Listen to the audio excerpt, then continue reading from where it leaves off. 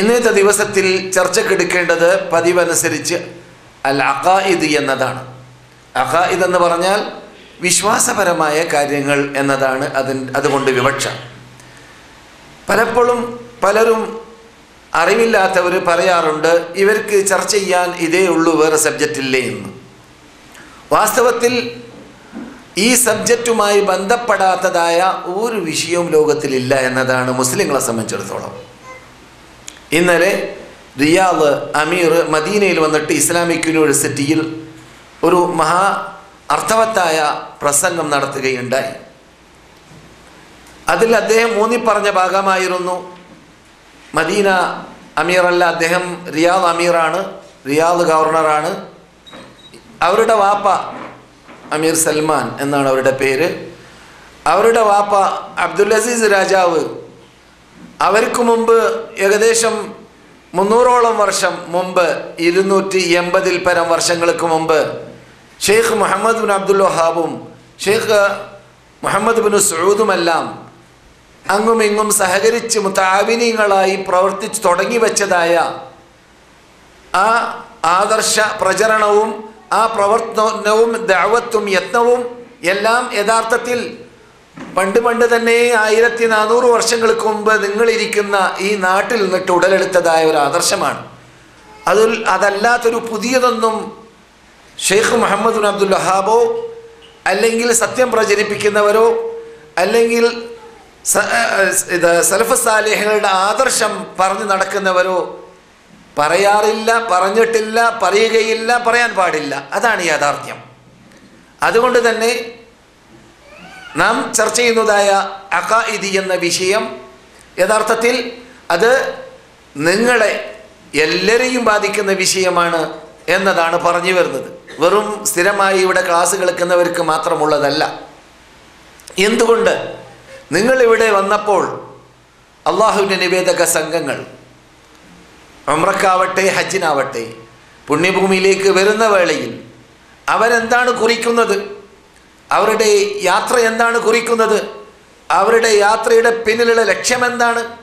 ഞങ്ങളിവിടെ ചർച്ച കഴിഞ്ഞ ക്ലാസ്സിൽ ഈ വിഷയം ചർച്ച ചെയ്തപ്പോൾ പറഞ്ഞ അൽ ഖുദൂഉ താം വൽ മഹബ്ബത്തു താമ്മ ലില്ലാഹി വഹദ, പരിപൂർണമായി അള്ളാഹുവിനുള്ളതായ ആ കീഴ്വണക്കവും അള്ളാഹുവിനോടുള്ള ആ അവനർഹപ്പെട്ടതായ പരിപൂർണ സ്നേഹവും, അതുകൊണ്ട് പരിപൂർണ സമർപ്പണ ബോധത്തോടു കൂടി പണ്ടുള്ള കാലഘട്ടങ്ങളിൽ ഇന്നും ചെയ്യേണ്ടതാണ്. പണ്ടുള്ള കാലഘട്ടങ്ങളിൽ ഈ തത്വം, ഈ ആദർശം, ഈ അഖീദ ഉൾക്കൊള്ളേണ്ടതുപോലെ ഉൾക്കൊണ്ടതായ നമ്മുടെ നേതാക്കൾ റസൂലുള്ളാഹിന്റെ ഹദ്റത്തിലേക്ക് വന്നിട്ട് അവരുദ്ദേശിച്ച ലക്ഷ്യത്തെക്കുറിച്ച് പറഞ്ഞ ശൈലി ഞാൻ പലപ്പോഴും പറയാറുണ്ട്. ഒരു സഹാബി റസൂലിനോട് പറഞ്ഞു, ഞാൻ ബൈഅത്ത് ചെയ്തു ദൂതരെ എന്ന്. എന്നിട്ട് റസൂലുള്ളാഹി സ്വല്ലല്ലാഹു അലൈഹി വസല്ലം യുദ്ധത്തിന് വേണ്ടി അദ്ദേഹത്തെ കൊണ്ടുപോകുന്ന കൂട്ടത്തിൽ കൊണ്ടുപോയി. യുദ്ധം കഴിഞ്ഞ ശേഷം ഗനീമത്ത് മുതൽ ശേഖരിക്കുന്ന കൂട്ടത്തിൽ അദ്ദേഹത്തിന് നൽകുമ്പോൾ അദ്ദേഹം പറയുന്നു, ഞാൻ നിങ്ങളോട് ബൈഅത്ത് ചെയ്തത് ഈ ഭൗതിക നേട്ടങ്ങൾക്ക് വേണ്ടിയല്ല, ഈ കടാരി ഇങ്ങന്ന് കടന്നിട്ട് ബേക്കിൽ കൂടി വന്ന് ഷഹാദത്ത് കിട്ടണം, റബ്ബിൻ്റെ അടുക്കിലേക്ക് സ്വർഗത്തിലേക്ക് പറന്നു ചെല്ലണം, അതിനു വേണ്ടിയാണ് എന്ന്. ബൈഅത്തിൻ്റെ പിന്നിലുള്ള ലക്ഷ്യം അഖീദയ്ക്ക് വേണ്ടി, ആദർശത്തിന് വേണ്ടി വന്നാൽ ശരീരം ആഹൂതി ചെയ്യാൻ ഞാൻ തയ്യാറാണ് എന്ന ബോധത്തോടു കൂടിയാണ് ഞാൻ ബൈഅത്ത് നടത്തിയത് റസൂലേ എന്ന് പറഞ്ഞവരെയാണ് നാം ഇവിടെ കണ്ടത്. മുഹമ്മദുൻ റസൂലുള്ളാഹി വല്ലദീന മഅഹു, മുഹമ്മദും സല്ലല്ലാഹു അലൈഹി വസല്ലം അവരുടെ കൂടെ ജീവിച്ചവരും, അശിദ്ദാഉ അലൽ കുഫാരി റഹമാഉ ബൈനഹും, സത്യനിഷേധികളോട് ശിർക്കിന്റെ ഉടമകളോട് അവർക്ക് അങ്ങേ അറ്റത്തെ വെറുപ്പായിരുന്നു ഹൃദയത്തിൽ എന്ന് മാത്രമല്ല, റുഹമാഉ ബൈനഹും പരസ്പരം അവർ അങ്ങുമിങ്ങും ഏകോദര സഹോദരന്മാരായി സ്നേഹത്തോടു കൂടി അവർ ജീവിച്ചവരുമായിരുന്നു. അവർക്ക് പരസ്പരം സ്നേഹം, ഇസ്ലാമിനെതിരിൽ ജീവിക്കുന്ന ശത്രുക്കളോട് അവർക്ക് വെറുപ്പും അറുപ്പും. ആ രൂപത്തിൽ ജീവിച്ച വിഭാഗത്തെക്കുറിച്ച് ചർച്ച ചെയ്യലാണ് ഇന്നത്തെ സബ്ജക്റ്റായിട്ട് അഖീദ പറയുമ്പോൾ ഞാൻ സെലക്ട് ചെയ്തിരുന്നത്. പക്ഷേ അത് നിങ്ങളെയും ബാധിക്കുന്ന വിഷയമാണ്. നിങ്ങൾ ഇവിടെ വരുമ്പോൾ തീരുമാനിച്ചു, പണ്ടൊക്കെ പറയപ്പെടുമ്പോൾ കയറാറുണ്ട്, എന്ത്, ഈ എഹ്റാമിൻ്റെ വസ്ത്രമൊക്കെ ധരിക്കുമ്പോൾ മയ്യത്തിനോട് മരണത്തോടുള്ളതായ ഒരു ഒരു സ്മരണയും ഓർമ്മയും അതിലുണ്ട്. കാരണം മരിക്കാനൊരുങ്ങുന്നവൻ്റെ ശൈലിയും ഉംറയ്ക്ക് വേണ്ടി ഹജ്ജിന് വേണ്ടി വരുന്നവരുടെ നാട്ടിനെയും വീട്ടിനെയും കൂട്ടുകാരെയും എല്ലാം ഉപയോഗിച്ചുകൊണ്ട് അള്ളാഹുലേക്ക് മാത്രം അള്ളാഹ് ലക്ഷ്യം വെച്ചുകൊണ്ട് വരുന്നതായ വരവേൽപ്പൊക്കെയാണ് എന്ന്. ഇന്നത്തെ ഭൗതിക പുരോഗതിയും ആധുനിക പുരോഗതിയൊക്കെ മനുഷ്യനെ പലതും അർപ്പിച്ച കൂട്ടത്തിൽ അള്ളാഹു നമ്മോട് ഓർക്കാൻ പറഞ്ഞ പലതും മറന്നു പോയിരിക്കുകയാണ്. അതിൽപ്പെട്ടതാണ് തൽബിയത്തിന് അതിൻ്റേതാകുന്ന അർത്ഥം നാം നൽകാറില്ല. ഉംറയ്ക്ക് അതിൻ്റേതാകുന്ന മാന നാം ഉൾക്കൊള്ളിക്കാറില്ല. ഈ യാത്രയ്ക്ക് അതിൻ്റേതാകുന്ന ആ വൈറ്റ് നാം നൽകാറില്ല എന്നത് യഥാർത്ഥത്തിൽ അത് വീഴ്ചയാണ്. നിങ്ങളെക്കുറിച്ച് മാത്രമല്ല, അങ്ങനെയാണ് നാം കാണാറുള്ളത്. ഹജ്ജ് പണ്ട് കാലഘട്ടങ്ങളിൽ എൻ്റെ ഓർമ്മയിൽ, ഞാനിപ്പോൾ നിങ്ങൾക്കറിയാം പലർക്കും 41 വർഷമാണ്. പഴയ കാലഘട്ടങ്ങളിൽ 30 വർഷം മുമ്പൊക്കെ ഹജ്ജിന് പോകുമ്പോൾ നന്നായി തൽബിയത്ത് ചെല്ലാറുണ്ട്. പെരുന്നാൾ രാവിലെ കല്ലെറിഞ്ഞ് കഴിഞ്ഞാൽ നന്നായി തക്ബീർ ധ്വനി മുഴക്കാറുണ്ട് ഹാജിമാർ കൂട്ടത്തോടു കൂടി. അതൊരു മടിയില്ലാതെ വെറുപ്പില്ലാതെ ക്ഷീണമില്ലാതെ. ഇന്നത്തെ യുഗത്തിൽ അതൊക്കെ ഒരു ഫാഷനായി മാറിയിരിക്കുകയാണ്. ആരെങ്കിലും ഒരാൾ ചെല്ലിയ ഏറ്റുപാടാന്ന് മാത്രം, ഇല്ലെങ്കിൽ മൂപ്പര വകയിൽ വേണ്ട എന്നുള്ളതാണ്. എന്തിനാ പ്രയാസപ്പെടുന്നതെന്ന് പറയും പോലെ. എത്രത്തോളം അറഫ കഴിഞ്ഞാൽ പിന്നെ ചർച്ച ചെയ്ത് തന്നെ കാലിക്കറ്റിലേക്ക് എത്തിയാൽ ആരായിരിക്കും സ്വീകരിക്കാൻ വരിക എന്നൊക്കെ ഭൗതികമായ പ്രശ്നങ്ങളിലേക്കായി നീക്കം. പറഞ്ഞു വരുന്നത്, നിങ്ങളുടെ യാത്ര തന്നെ കുറിക്കുന്നത് ഞങ്ങൾ ഇവിടെ ചർച്ച ചെയ്തുകൊണ്ടേയിരിക്കുന്ന നിങ്ങൾ വന്നതായ നാട്ടിൽ അവിടെ നടക്കുന്ന ക്ലാസ്സുകളിൽ സദാ ചർച്ച ചെയ്തുകൊണ്ടേയിരിക്കുന്നതായ അതേ ആദർശമാണ്, അതേ വിശ്വാസമാണ്, അതേ തൗഹീദാണ് എന്നത് മനസ്സിലാക്കണം. എന്തുകൊണ്ട് റബ്ബുൽ ഇസ്സത്തി ജല്ല ജലാലു നിങ്ങളിവിടെ വരാൻ തീരുമാനിച്ചതായ ഈ ഉംറ യാത്രയുടെ തുടക്കം കുറിക്കുന്നത് ലബ്ബൈക് അല്ലാഹുമ്മ ലബ്ബൈക്, നിനക്ക് മറുപടി നൽകിക്കൊണ്ട് എല്ലാം നിന്നിലേക്ക് അർപ്പിച്ചുകൊണ്ട് നിന്നെ ഇഷ്ടപ്പെടുത്താൻ വേണ്ടി, നിന്നെ സ്നേഹിപ്പിക്കാൻ വേണ്ടി, നിന്റെ സ്നേഹം കരഗതമാക്കാൻ വേണ്ടി, സമ്പാദിക്കാൻ വേണ്ടി നീ പറഞ്ഞ കൽപ്പന അനുസരിച്ചുകൊണ്ട് ഞങ്ങളിതാ നിന്നിലേക്ക് വരാൻ തീരുമാനിച്ചിരിക്കുകയാണ് എന്ന ആ മുദ്രാവാക്യം പറഞ്ഞുകൊണ്ട് വരുന്ന വേളയിൽ നിന്റെ കൂടെ ഈ കാര്യത്തിൽ ഒരു മഖ്ലൂഖിന് പങ്കില്ല. ലാ ശരീക ലക ലബ്ബൈക ലാ ശരീക ല എന്ന് പണ്ട് വജ്ഹത്തുൽ പറഞ്ഞ അതേ തത്വം പറഞ്ഞുകൊണ്ടാണ് വരുന്നത്. എന്നിട്ട് നിങ്ങൾ യാത്ര അവസാനിപ്പിച്ചാൽ റസൂൽ പഠിപ്പിച്ചതുപോലെ നിങ്ങൾ വന്ന നാട്ടിലേക്ക്, ഗൾഫിലേക്ക്, അല്ലെങ്കിൽ മുസ്ലിങ്ങൾ ഈ യാത്ര കഴിഞ്ഞ് മടങ്ങിപ്പോകുമ്പോൾ പോകുന്ന നാട്ടിലേക്ക് എത്തുന്ന വേളയിൽ പറയുന്നതും അതേ തത്വം തന്നെയാണ്. ആയിബൂന തായിബൂന ആബിദൂന ലിറബ്ബിനാ ഹമിദൂൻ. പോയതും നിന്നിലേക്ക്, മടങ്ങുന്നതും നിന്നിലേക്ക്. കാരണം നിന്നെ ഒഴിവാക്കി പ്രശ്നമില്ല റബ്ബേ, നിന്നെ ഒഴിവാക്കി ഞങ്ങൾക്ക് ജീവിക്കാൻ പറ്റൂല റബ്ബേ. ഞങ്ങളുടെ നാട്ടിലേക്ക് മടങ്ങിച്ചെന്നാലും നിന്നിലേക്ക് ഞങ്ങൾ നിന്നെ ലക്ഷ്യം വെച്ചുകൊണ്ട് കാബയിലേക്ക് ചെന്നാലും എല്ലാം ഞങ്ങൾ ഉദ്ദേശിക്കുന്നത് നിന്നെ മാത്രമാണ് എന്ന തത്വം ഉൾക്കൊണ്ടുകൊണ്ട് അത് പൊക്കിപ്പിടിച്ചുകൊണ്ട് ആ മുദ്രാവാക്യം പറഞ്ഞുകൊണ്ട് വരാനാണല്ലോ കൽപ്പിക്കപ്പെട്ടത്. എന്നിരിക്കവേ നിങ്ങൾ ഇവിടെ വന്നിട്ട് വിശുദ്ധ മദീനയിലേക്ക്, പണ്ട് കാലഘട്ടങ്ങളിൽ മക്കയിൽ വന്നവർ മദീനയിൽ വരൽ എല്ലാവരുമില്ല. എന്തുകൊണ്ട്? മക്കയിൽ നിന്നിട്ട് തെക്ക് ഭാഗത്തുനിന്ന് വരുന്നവരാണെങ്കിൽ, അതിൻ്റെ പരിസരത്ത് വരുന്നവരാണെങ്കിൽ കാശ് മക്കയിൽ എത്തുമ്പോൾ തീർന്നാൽ ഹജ്ജ് ചെയ്ത് മടങ്ങിപ്പോകും. ഇന്നങ്ങനെയല്ലല്ലോ. ഇന്ന് മക്കയിൽ ഹജ്ജ് കഴിഞ്ഞാൽ ഉടനെ 4 മണിക്കൂർ കൊണ്ട്, കാറിലാണെങ്കിൽ അല്ലെങ്കിൽ 5 മണിക്കൂർ കൊണ്ട് എവിടേക്കെത്തി? മദീനയിലേക്കെത്തി. പ്ലെയിനിലാണെങ്കിൽ 3/4 മണിക്കൂർ കൊണ്ട് ജിദ്ദയിൽ നിന്നിട്ട് മദീനയിലേക്ക് എത്തി. ഈ സൗകര്യം പണ്ടില്ലാത്തത് കൊണ്ട് നിങ്ങളെപ്പോലത്തവർ കാട്ടുന്നത് പോലെ പണ്ടുള്ളവർ കാട്ടാറുണ്ടായിരുന്നില്ല. എന്ത്? മക്ക യാത്രയോട് കൂടി എന്തുണ്ടാവാറില്ല? മദീന യാത്രയും കൂടി ഉണ്ടാവാറില്ല.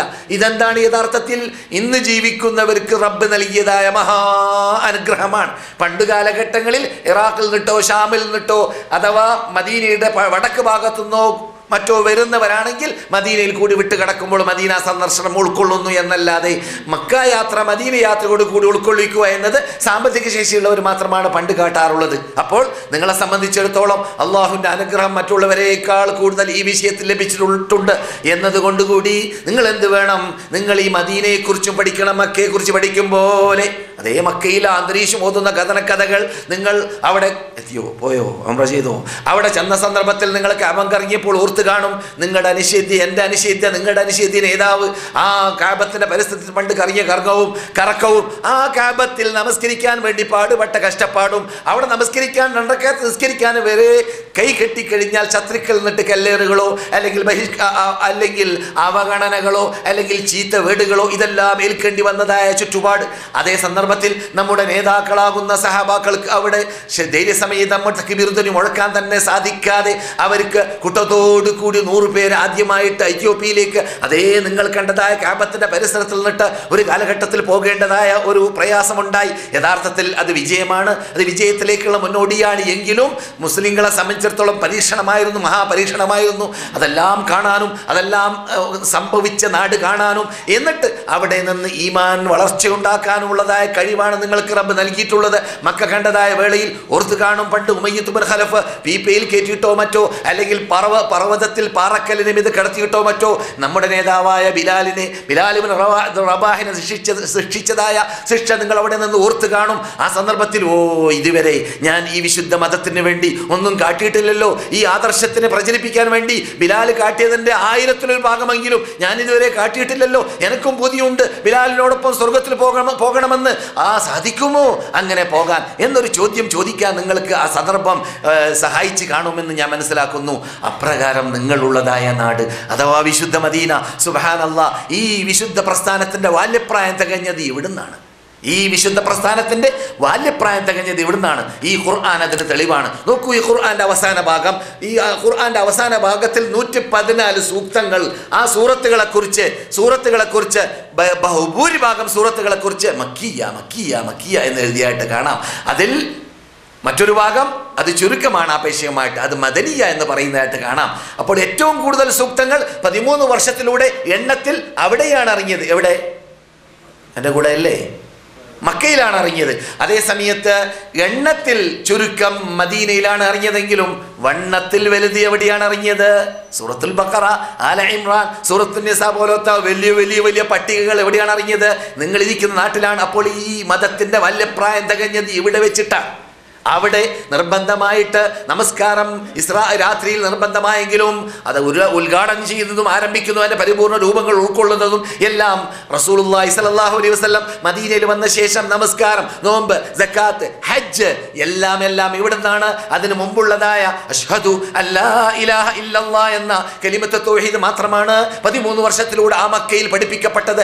ആ പഠിപ്പിക്കപ്പെട്ട വേളയിൽ അനുഭവിക്കേണ്ടി വന്നതായ കഷ്ടതകൾ എത്രമാത്രം ഉണ്ടായിരുന്നു.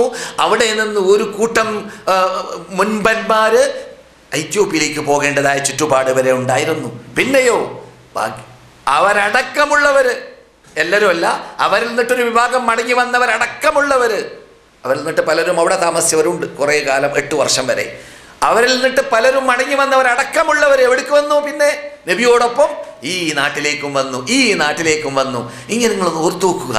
എന്താണ് ഏത് നാട് ഒഴിവാക്കുന്നു, ഏത് നാട്ടിലേക്ക് വരുന്നു? നിങ്ങൾ ജീവിക്കുന്ന കേരളത്തിലുള്ള മലപ്പുറക്കാരനാണെങ്കിലും മലപ്പുറം, അല്ലെങ്കിൽ കാലിക്കറ്റ്, അല്ലെങ്കിൽ തിരുവനന്തപുരം, അല്ലെങ്കിൽ അവനവൻ്റെ ജീവിക്കുന്നതായ നാട്, അത് അവൻ ഉൾക്കൊള്ളുന്നതായ ഏതെങ്കിലും ഒരു വിഷയത്തിന് വേണ്ടി, അവൻ്റെ ഒരു പ്രത്യേക ഭൗതിക നേട്ടങ്ങൾക്ക് വേണ്ടി അവന് നാട് വിടേണ്ടി വരുമെന്ന് കണ്ടാൽ, കുട്ടികൾ അവൻ്റെ വാപ്പയും വലിയാപ്പയും 10 തലമുറ വാപ്പമാരെല്ലാം താമസിച്ച ആ നാട് ഒഴിവാക്കിയിട്ട് വേറെ നാട്ടിലേക്ക് പോകേണ്ടി വരും. പ്രത്യേകിച്ച് ഭാഷ വരെ ആ ഭാഷ അല്ലാത്ത നാട്ടിലേക്ക് പോകേണ്ടി വരും. മതം വരെ നമ്മുടെ മതമല്ലാത്ത മതമുള്ള നാട്ടിലേക്ക് പോകേണ്ടി വരും എന്നൊരു ചുറ്റുപാട് ഉണ്ടാവുകയാണെങ്കിൽ എന്തായിരിക്കും നമ്മുടെ സ്ഥിതി? നമ്മ അങ്ങനെ പരിശോധിക്കപ്പെട്ടിട്ടുണ്ടോ? നമുക്ക് അങ്ങനെയുള്ള പരീക്ഷണം നേരിടേണ്ടി വന്നിട്ടുണ്ടോ? നമ്മുടെ നേതാക്കൾക്ക് വന്നു.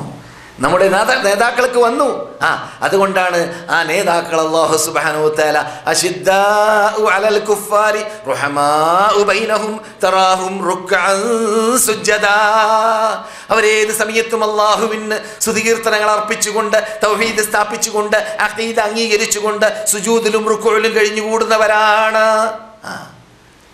അങ്ങനെയുള്ള ആ മഹാത്മാക്കൾ ഈ വിശുദ്ധ മദീനയിൽ താമസിച്ചതായ കാലഘട്ടത്തിൽ നാം ചർച്ച ചെയ്തുകൊണ്ടുവരുന്നതായ വിഷയമാകുന്ന ആദർശ ക്ലിയറിങ്ങിന് വേണ്ടിയിട്ട് അവർ കരളും കഴുത്തും മുറിച്ചു കൊടുത്തു. അവിടെ മക്കയിൽ യുദ്ധം ചെയ്യാൻ ഓർഡർ ഉണ്ടായിരുന്നില്ല. അബുൽ അർഖമിന്റെ റൂമിൽ ഒളിച്ചിരുന്നു കൊണ്ട് പ്രബോധനം ചെയ്യേണ്ടി വന്നു 2-3 വർഷങ്ങൾ. അതിനു മുമ്പ് തന്നെ ഇസ്ലാമിൽ മെമ്പർഷിപ്പ് നേടിയതായ നേതൃത്വങ്ങളെയും നാം കേട്ട് പഠിച്ചിട്ടുണ്ട്.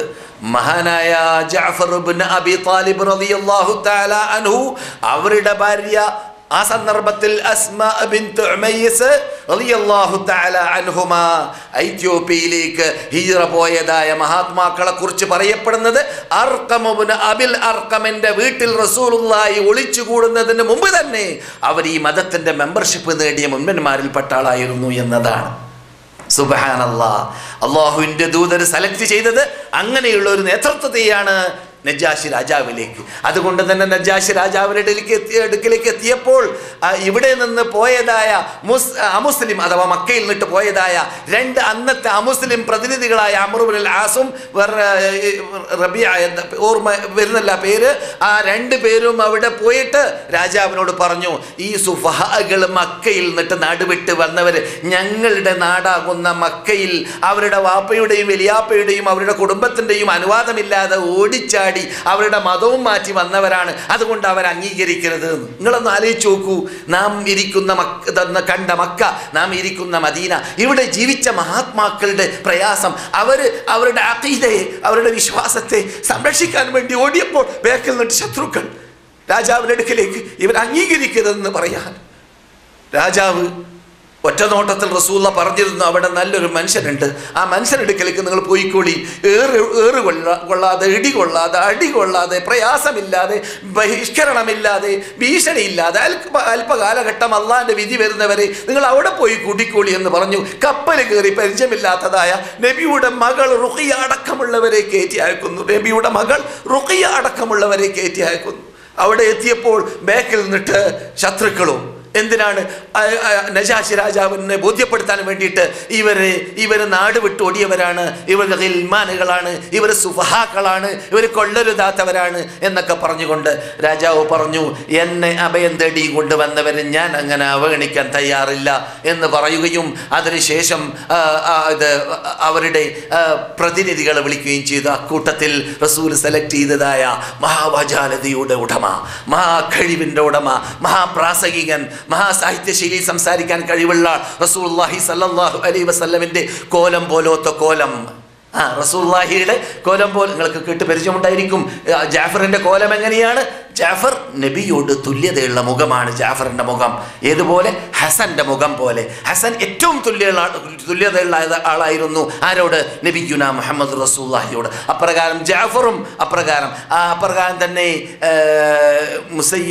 ഓർമ്മയിൽ വരുന്നല്ല, ഇമാം ഷാഫിയുടെ വലിയാപ്പ സഹാബിയാണ്, സഹാബിയായ വലിയാപ്പ. അങ്ങനെ 4-5 പേര് ചരിത്രത്തിൽ പറയുന്നുണ്ട്. നബിയുടെ മുഖം പോലത്തെ മുഖം, അങ്ങനെയുള്ള മുഖത്തിൻ്റെ ഉടമയായ ജാഫർ, ക്ഷണം വരുന്നുണ്ടോ?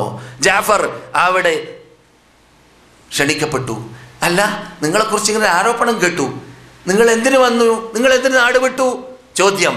മറുപടി, ഞങ്ങൾ ശിർക്ക് ചെയ്തുകൊണ്ട് കണ്ടതും കേട്ടതും നമ്മുടെ ശൈലിയിൽ കല്ലുകരട് കാഞ്ഞരക്കുറ്റി മുതൽ മുള്ളുമുറുമുറുമുറുമുർ കമ്പാമ്പ് വരെയുള്ള വസ്തുപൂജയും വ്യക്തിപൂജയും നടത്തി ജീവിച്ചവരായിരുന്നു, ശിർക്ക് ചെയ്തവരായിരുന്നു, അള്ളാഹു അല്ലാത്തവരെ വിളിച്ച് പ്രാർത്ഥിച്ചവരായിരുന്നു, അള്ളാഹു അല്ലാത്തവർക്ക് ആരാധിക്കുന്നവരായിരുന്നു, അങ്ങും ഇങ്ങും ചർച്ചബന്ധം ചേർക്കാത്തവരായിരുന്നു, ഞങ്ങൾ തോന്നിവാസങ്ങളും അനാചാരങ്ങളും ചെയ്യുന്നവരായിരുന്നു, ഞങ്ങളുടെ ഇടയിൽ എല്ലാ അനാചാരങ്ങളും റാങ്ക് നേടിയവരൊക്കെ ഉണ്ട് എന്ന് പറയും പോലെ.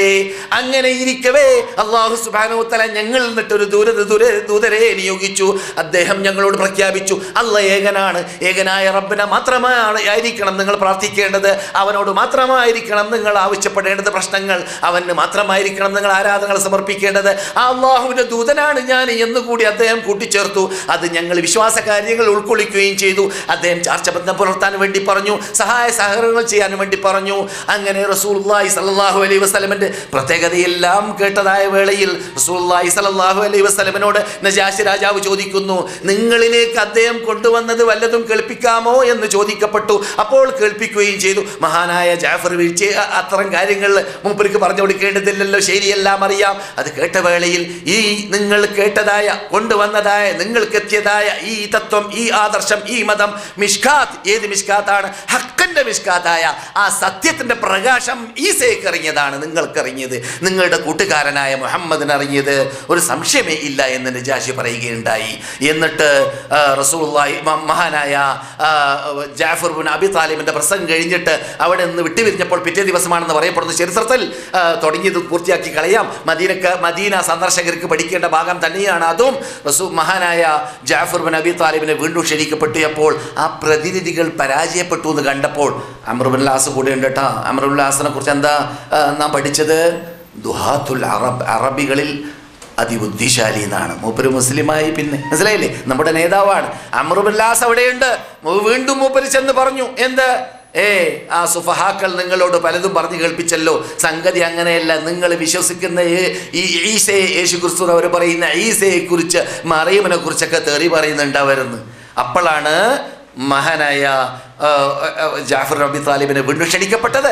അപ്പോൾ ജാഫർ നബി താലിബ് റളിയല്ലാഹു തആല അൻഹു എന്താണ് ഖുർആനിൽ അല്ലാഹു സുബ്ഹാനഹു തആല പറയുന്നത് മറിയമിനെ കുറിച്ച്, ഈസയെ കുറിച്ച് എന്ന് പറഞ്ഞു കൊടുത്തപ്പോൾ അതേ വാക്ക് മടക്കി പറഞ്ഞു. ഏത് മുമ്പ് പറഞ്ഞതുപോലെ ഈസയ്ക്ക് അറിഞ്ഞത് തന്നെയാണ് മുഹമ്മദിന് അറിഞ്ഞത് എന്ന് അദ്ദേഹം മടക്കി പറയുകയും എന്നിട്ട് അവരെ പുറത്താക്കാൻ പറയുന്നത്, പോയിക്കോളി എന്ന് പറഞ്ഞു. നിങ്ങളെ കൂടെ ഞങ്ങൾ അയക്കാൻ ഒരുക്കമില്ല. ആരെ? മുഹമ്മദ് എന്നെ അന്വേഷിച്ചുകൊണ്ട് അയച്ചതായ ആ മുസ്ലിങ്ങളെ ഞാൻ മടക്കിയാക്കാൻ തയ്യാറില്ല എന്ന് പറഞ്ഞു. എന്ന് മാത്രമല്ല അവർ ധാരാളം സ്വർണങ്ങളും അല്ലെങ്കിൽ അവരുടെ മക്കയിൽ സമർപ്പിക്കാൻ പറ്റുന്ന ഹദിയകളും രാജാവിന് സമർപ്പിച്ചിരുന്നു. രാജാവ് വിളിച്ചു പറഞ്ഞു സിൽബന്ദികളോട് അല്ലെങ്കിൽ അടിമകളോട്, ആ ഹദിയകളൊക്കെ മടക്കി കൊടുത്തേക്ക്, നമുക്ക് വേണ്ട അവരുടെ ഹദിയ എന്ന് പറഞ്ഞു വരുന്നത്. നിങ്ങൾ നോക്കൂ, റസൂലുള്ളാഹി സ്വല്ലല്ലാഹു അലൈഹി വസല്ലമിൻ്റെ പരിസരത്തിൽ മക്കയിൽ ജീവിച്ചതായ വിഭാഗം, നിങ്ങൾ കണ്ട മക്കയിൽ 10-13 വർഷം ജീവിച്ച വേളയിൽ അവർക്ക് അതിൻ്റെ ആദ്യ കാലഘട്ടങ്ങളിൽ അനുഭവിക്കേണ്ടി വന്ന കഷ്ടത എത്രമാത്രം ഉണ്ടായിരുന്നു എന്നത് ഒന്ന് ഓർക്കുമ്പോൾ നമുക്ക് ഉംറ ധൈര്യസമേതം ചെയ്യാനുള്ള ചുറ്റുപാട്, നമുക്ക് ഹജ്ജ് ധൈര്യസമേതം ചെയ്യാനുള്ള ചുറ്റുപാട്, ഇതൊക്കെ നൽകിയതായ റബ്ബുൽ ഇസ്സത്ത് ജല്ല ജലാലുഹു നൽകുമ്പോൾ ഏത് രൂപത്തിലാണ് നൽകിയത്? ധാരാളം യത്നങ്ങൾ, ധാരാളം പ്രയത്നങ്ങൾ, ധാരാളം യുദ്ധങ്ങൾ, ധാരാളം പോരാട്ടങ്ങൾ. നിങ്ങളിരിക്കുന്ന മദീനയിൽ റസൂലുള്ളാഹി സല്ലല്ലാഹു അലൈഹി വസല്ലമിൻ്റെ നേതൃത്വത്തിൽ 27-28 പോരാട്ടങ്ങൾ, 70ഓളം യുദ്ധങ്ങൾ റസൂലുള്ള ജീവിച്ചിരിക്കവേ നടന്നിരുന്നു. പോരാട്ടങ്ങളെ യുദ്ധം കഴിഞ്ഞ് മടങ്ങി വരുമ്പോൾ, ഖന്തഖ് യുദ്ധം കഴിഞ്ഞ് മടങ്ങി വരുമ്പോൾ ജിബ്രീൽ പറയുകയാണ്, ഞങ്ങൾ വിശ്രമിച്ചിട്ടില്ല, നിങ്ങൾ വിശ്രമിക്കാനായിട്ടില്ല, വിശ്രമിക്കരുത്. അശാന്ത പരിശ്രമം, വിശ്രമമില്ലാത്ത പരിശ്രമം. അതാണ് മദീനയിൽ കണ്ടത്, അതാണ് മക്കയിൽ കണ്ടത്. സുബ്ഹാനല്ലാഹ്. അതെ, ഞങ്ങളിവിടെ ചർച്ച ചെയ്തപ്പോൾ പറഞ്ഞു വരികയായിരുന്നു കഴിഞ്ഞ ക്ലാസ്സിൽ, ഏറ്റവും അങ്ങേയറ്റത്ത മഹബത്തും അങ്ങേയറ്റത്തേക്ക് എത്തിയതായ ഖുദൂഉം ഖുശൂഉം ഭക്തിയും സമർപ്പിക്കുമ്പോഴാണ് ഇബാദത്ത് അതിൻ്റെ രൂപത്തിൽ, പ്രാർത്ഥന അതിൻ്റെ രൂപത്തിലായി മാറുക. അപ്പോഴാണ് ഇഖ്ലാസ് ശരിക്ക് നമ്മൾ നിന്നിട്ട് പ്രകടമാവുക എന്ന് ഞാനിവിടെ പറഞ്ഞു വന്നിരുന്നു. ആ മഹബത്ത് യഥാർത്ഥത്തിൽ റബ്ബുൽ ഇസ്സത്ത് ജല്ല ജലാലുഹു ഖുർആനിൽ വിശദീകരിച്ചപ്പോൾ തന്നെ അതിന് വിപരീതം വെറുത്തുകൊണ്ട് ഇസ്ലാമിനെ ഉപേക്ഷിച്ചതായ വിഭാഗത്തെക്കുറിച്ച് ചർച്ച ചെയ്യുന്ന ശൈലിയാണ് ഞാനിവിടെ ഓതി കേൾപ്പിച്ചത്. അള്ളാഹു പറയുന്നു, ഈ മതത്തിൽ ഒരാൾ വന്ന ശേഷം അതിൽ നിന്നിട്ട് ആരെങ്കിലും ആ മതത്തോട് വെറുത്തുകൊണ്ട് പിൻവലിക്കുന്ന വിഭാഗം, മയ്യർത്തദ്ദമിൻകും അൻദീനിഹി, മുർത്തദ്ദായി പോകുന്ന വിഭാഗം, അത് 3 വക്തുകാരായിട്ട് മുർത്തദ്ദാവട്ടെ, മതത്തെ തള്ളിപ്പറഞ്ഞ് മുർത്തദ്ദാവട്ടെ, സിന്ദീഖുകളായി മുർത്തദ്ദാവട്ടെ, യുക്തിവാദിയായ മുർത്തദ്ദാവട്ടെ, നിരീശ്വരവാദിയായിട്ടോ നിർമ്മതവാദിയായിട്ടോ മുർത്തദ്ദാവട്ടെ, എങ്ങനെയായിരുന്നാലും വിരോധമില്ല. ഈ മതത്തിൽ നിന്നിട്ട് വ്യതിചലിച്ച് ഒഴിവായി പോകുന്ന വിഭാഗം അപ്പോൾ അവർ വെറുത്തു നർത്തം. വെറുത്തപ്പോൾ അല്ലാഹ് പറയുന്നു, അല്ലാഹ് അവർക്ക് പകരം കൊണ്ടുവരുന്നതാണ്, ഒരു സമൂഹത്തെ കൊണ്ടുവരുന്നതാണ്, യുഹിബ്ബുഹും, അല്ലാഹ് അവരെ സ്നേഹിക്കുന്നു. അതിനത്തിൽ അല്ലാഹ് നമ്മെ പെടുത്തട്ടെ. അല്ലാഹ് സ്നേഹിക്കുക എന്നൊക്കെ പറഞ്ഞാൽ സാധാരണ എല്ലാവർക്കും കിട്ടുന്നതല്ല. അല്ലാഹു ഒരാളെ സ്നേഹിച്ചു കഴിഞ്ഞാൽ അവസാനിച്ചു.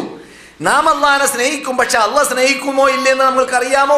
എന്തുകൊണ്ട്? നമ്മുടെ സ്നേഹം അള്ളാഹിനെ സ്നേഹിക്കേണ്ടതുപോലെ ആകുന്നുണ്ടെങ്കിൽ തനിച്ച് റൂമിലിരിക്കുകയാണെങ്കിൽ, ആരും കാണാതെ ഇരിക്കുകയാണെങ്കിൽ, സെക്സ് ഫിലിമിന്റെ മുമ്പിൽ ഇരിക്കുകയാണെങ്കിൽ, അശ്ലീലത്തിന്റെ മുമ്പിൽ ഇരിക്കുകയാണെങ്കിൽ, പൈങ്കിളി സാഹിത്യത്തിന്റെ മുമ്പിൽ ഇരിക്കുകയാണെങ്കിൽ, അള്ളാഹു ഇഷ്ടപ്പെടാത്ത രംഗത്തിലാണെങ്കിൽ അവിടെ അവൻ അള്ളാഹുവിനെ ഓർത്തുകൊണ്ട് അവിടെ നിന്ന് വിരമിക്കാൻ അവന്റെ ആദർശം അവനെ സഹായിക്കും, അവന്റെ തൗഹീദ് അവനെ സഹായിക്കും. സുബ്ഹാനല്ലാഹ്. അതാണ് വേണ്ടത്. അപ്പോഴാണ് യഥാർത്ഥ മോമിനായി എന്ന് പറയാൻ നമ്മെക്കുറിച്ച് സാധിക്കുക. പ്രത്യേകിച്ച് ഉംറയ്ക്ക് വേണ്ടി വന്ന സഹോദര സഹോദരിമാർ, പുണ്യഭൂമിയിലേക്ക് വന്ന സഹോദര സഹോദരിമാർ ശ്രദ്ധിക്കണം. നാം അല്ലാഹു സുബ്ഹാനഹു വ തആല തന്നതായി അനുഗ്രഹം, അഥവാ ഉംറ ചെയ്യാൻ, മക്ക കാണാൻ, മദീന കാണാൻ, ഈ ചാൻസ് നാം എങ്ങനെയാണ് ഉപയോഗപ്പെടുത്തേണ്ടത്? ഷാഫി ഇമാമിനെ പോലത്തവർക്ക് ഒരു ശൈലിയുണ്ട്. എന്ത്? ഒരാൾ ഉംറ ചെയ്ത ശേഷം അല്ലെങ്കിൽ ഹജ്ജ് ചെയ്ത ശേഷം അള്ളാഹു സ്വീകരിച്ചു, സ്വീകരിക്കുക, അള്ളാഹ് ഇഷ്ടപ്പെടുമ്പോഴാണല്ലോ അല്ലേ, അള്ളാഹു ഇഷ്ടപ്പെടുമ്പോഴാണ് സ്വീകരിക്കുക അല്ലേ. അപ്പോൾ അള്ളാഹ് സ്വീകരിച്ചു എന്നതിലേക്ക് തെളിവെന്താണ്? അവൻ്റെ ഭാവി ജീവിതം മക്കീകരിക്കണം, മദീനീകരിക്കണം, സ്വർഗത്തോപ്പീകരിക്കണം, ഇസ്ലാമീകരിക്കണം. ഇനി നേരെ മറച്ച കണ്ടതെങ്കിൽ മുമ്പും അശ്ലീലം കാണും, മുമ്പും നോമ്പിൽ വീഴ്ച, മുമ്പിൽ നമസ്കാരത്തിൽ വീഴ്ച, ഉംറയ്ക്ക് വേണ്ടി വരുന്നതിന് മുമ്പും ഇസ്ലാമിക പർദ്ദ ധരിക്കൂല അവൾ, ഉംറ കഴിഞ്ഞിട്ടും പർദ്ദയിൽ ശ്രദ്ധയില്ല. അങ്ങനെയാണെങ്കിൽ അവൻ്റെ ഉംറ അള്ളാഹ് സ്വീകരിച്ചിട്ടില്ല, ഹജ്ജ് അള്ളാഹ് സ്വീകരിച്ചിട്ടില്ല എന്നതിലേക്ക് തെളിവ് കണ്ടെത്താൻ ദൂരം പോകേണ്ടതില്ല, മരിക്കേണ്ടതില്ല, ഇവിടെ തന്നെ മനസ്സിലാക്കാമെന്ന് നമ്മുടെ സലഫ് സാലിഹ്യുടെ ശൈലിയുണ്ട്. ശ്രദ്ധിക്കുക, അതും നാം പഠിക്കണം. നിങ്ങളിരിക്കുന്ന ഈ മദീന അല്ലാഹു സുബ്ഹാനഹു വ തആല ഞങ്ങൾ ചർച്ച ചെയ്യുന്നതായ അഖീദ എന്ന വിശ്വാസപരമായ വിഷയത്തിൽ സംരക്ഷണം നൽകണമെന്ന പ്രഖ്യാപനം റസൂലുള്ളാഹി കടന്ന ഉടനെ ഉണ്ടായി. ചേഞ്ച് ഈ നാട്ടിൽ വന്ന ഉടനെ ചേഞ്ച് നിങ്ങളിലും വേണം. എന്ത്? നിങ്ങൾ ഉംറ ചെയ്ത ശേഷം ചേഞ്ച്. ഇന്നല്ലാഹ ലാ യുഗയ്യിറു മാ ബിഖൗമിൻ ഹത്താ യുഗയ്യിറു മാ ബിഅൻഫുസിഹിം ذلك بأن الله لم يغير نعمة أنعمها على قوم حتى يغيروا ما بأنفسهم. അല്ലാഹു സുബ്ഹാനഹു വ തആല ഒരു വിഭാഗത്തിലുള്ള ചുറ്റുപാടിന് അന്തരീക്ഷത്തെ ചേഞ്ച് ചെയ്യുകയില്ല. ഏതുവരെ? അവർ സ്വയം ചേഞ്ച് ആക്കാതെ, നാം അള്ളാഹുവിൽ നിന്നിട്ട് അകൽന്നുകൊണ്ട്, നാം അള്ളാഹുവിൻ്റെ മതം പൊട്ടിയും കൊണ്ട്, മതം ശ്രദ്ധിക്കാതെ, മതം നടപ്പാക്കാതെ, അള്ളാഹുവിൻ്റെ ദീനിനെ ജീവിതത്തിൽ നടപ്പാക്കാതെ, അള്ളാഹുവിൻ്റെ ആ ഇറക്കിയ ഖുർആനിനെ പഠിപ്പിക്കാതെ അതുമായി ബന്ധമില്ലാതെ ജീവിക്കുമ്പോഴാണ് നാം ഇപ്പോൾ ഇന്നത്തെ യുഗത്തിൽ കാണും പോലെ അറബ് രാഷ്ട്രത്തിലും അനബ് രാഷ്ട്രത്തിലും അള്ളാഹിൻ്റെ ഇഖാബ്, അള്ളാഹിൻ്റെ അദാബ് പല ശൈലിയിലൂടെ പരീക്ഷണം എന്നോണം ഇറങ്ങിക്കൊണ്ടേയിരിക്കുകയാണ്. അല്ലേ? ശിക്ഷിക്കല്ല അള്ളാഹ്, എല്ലായിടങ്ങളിലും ശിക്ഷ. ഇപ്പം എല്ലാവർക്കും പേടിയാണ്. അവിടെ ജപ്പാനിൽ ഭൂകമ്പം നടന്നെങ്കിലും അതിൻ്റെ ബേക്കിലുണ്ടായ പ്രയാസത്തിലൂടെ ഇപ്പോൾ ആറ്റം ലോകവ്യാപകമായ അവസാനം എല്ലാവരും നശിക്കേണ്ട ഗതികേട് വന്നു പോകുമോ എന്ന് പേടി, എല്ലാവർക്കും പേടി. അല്ലേ? അള്ളാഹ്ക്ക് സാധിക്കും. നോടിയുടെ കൊണ്ട് ചുട്ട് ചാമ്പലാക്കാൻ അള്ളാഹ്ക്ക് സാധിക്കും. അള്ളാഹ് അത് കാട്ടിയിട്ടുണ്ട് അങ്ങനെയുള്ള രംഗങ്ങളിലൊക്കെ. പക്ഷേ നാം എന്നിട്ടും മടങ്ങുന്നില്ല. ഇന്നല്ലാഹ ലാ യുഗയ്യിറു മാ ബിഖൗമിൻ ഹത്താ യുഗയ്യിറു മാ ബിഅൻഫുസിഹിം. നമ്മളിലുള്ള ചുറ്റുപാട് നാം ചേഞ്ച് ആക്കുമ്പോഴാണ് അള്ളാഹ് ചേഞ്ച് ചെയ്യുക. അപ്പോൾ അള്ളാഹുവിൻ്റെ ഭാഗത്തിൽ നിന്നിട്ട് ചേഞ്ച് നന്മയിലേക്ക് വരണമെങ്കിൽ എന്ത് വേണം? നാം നന്മയിലേക്ക് നമ്മൾ നിന്നിട്ട് ചേഞ്ച് ഉണ്ടാവണം. ഈ ഇവിടെ കാണുന്നതൊക്കെ യഥാർത്ഥത്തിൽ ആരും മനസ്സിലാക്കരുത് പരലോകത്തുള്ള ശിക്ഷയിൽ നിന്ന് രക്ഷപ്പെടാം അതിലൂടെ എന്ന്. അതും തെറ്റാണ്. എന്തുകൊണ്ട്? അള്ളാഹു പറയുന്നുണ്ട്,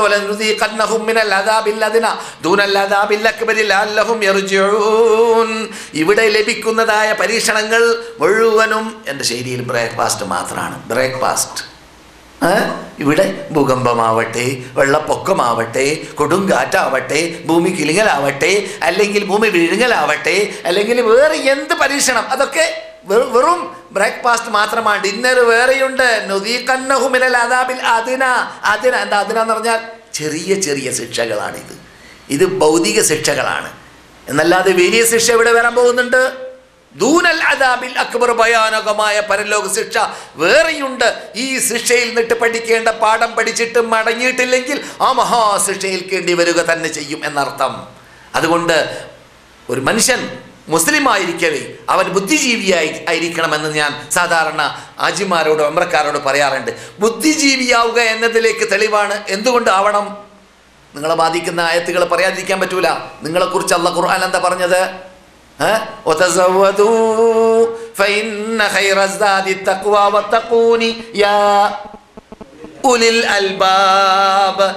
ബുദ്ധിജീവികളായ ഉംറക്കാരെ, ബുദ്ധിജീവികളായ ഹാജിമാരെ, നിങ്ങൾ അല്ലാഹുവിനെ ഭയപ്പെട്ടുകൊണ്ട് മാത്രമായിരിക്കണം ജീവിക്കേണ്ടത്.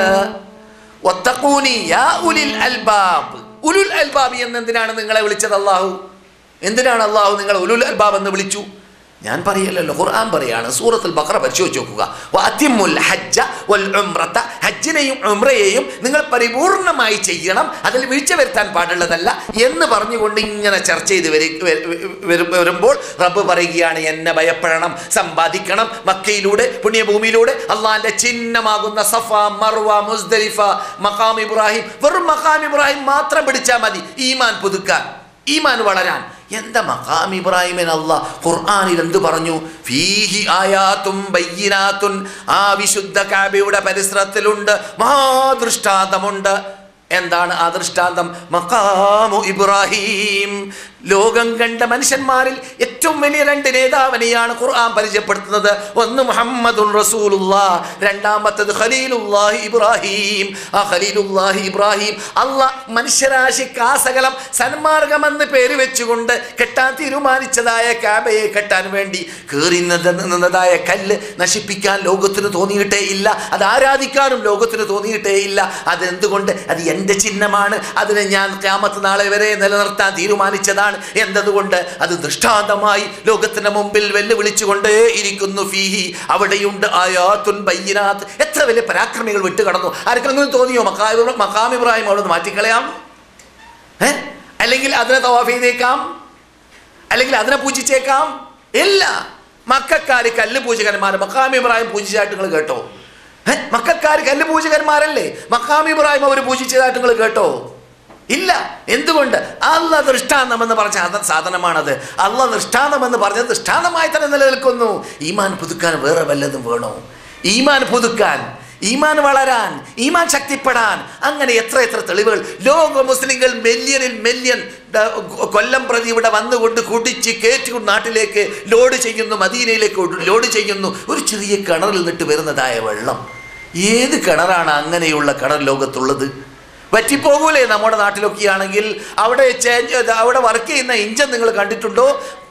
സപ്ലൈ മക്കയിലുള്ളതായ പൈപ്പിങ്ങിലേക്ക് നടത്താൻ വേണ്ടി മഹാ ഇഞ്ചനാണ്. അങ്ങനെയുള്ള ഇഞ്ചൻ നമ്മുടെ നാട്ടിലുള്ള ഒരു പുഴയിലാണ് ഫിറ്റ് ചെയ്തതെങ്കിൽ പെട്ടെന്ന് അത് ഒഴിവാകും, ഖാലിയാകും.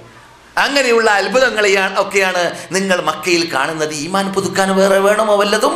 ഈമാൻ വളരാൻ വേണോ വല്ലതും? അതുകൊണ്ട് നിങ്ങൾ കണ്ടുപഠിക്കണം ആജിമാരെ, കണ്ടുപഠിക്കണം ഉംറക്കാരെ എന്ന് പറയാൻ കാരണം കണ്ടുപഠിക്കാൻ മാത്രം അവിടെ ഉണ്ട് കൂട്ടരെ എന്നതുകൊണ്ടാണ്.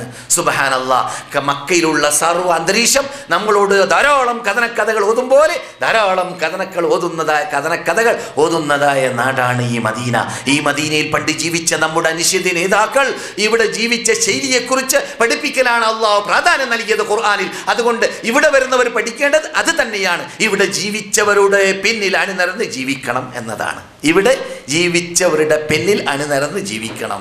അവരെങ്ങനെ നമസ്കരിച്ചു, അവരെങ്ങനെ നോമ്പ് പിടിച്ചു, അവരെങ്ങനെ ദിക്ർ ചൊല്ലി, അവരെങ്ങനെ തസ്ബീഹുകളും തഹ്ലീലുകളും ചെയ്യില്ലി, അവർ ബിദ്അത്ത് ചെയ്തു, അവർക്ക് ബിദ്അത്തിനോട് എത്ര വെറുപ്പുണ്ടായി, അവർക്ക് അനാചാരങ്ങളോട് എത്ര വെറുപ്പുണ്ടായി, അവരെങ്ങനെയാണ് ഖബർ അടക്കുന്നതിന് മുമ്പ് തന്നെ, മരിക്കാൻ പോകുന്നതിന് മുമ്പ് തന്നെ ഖബർ കെട്ടിപ്പൊക്കരുത് എന്ന് പറഞ്ഞുകൊണ്ട് വസിയത്ത് ചെയ്തിട്ട് അവർ മരിച്ചു.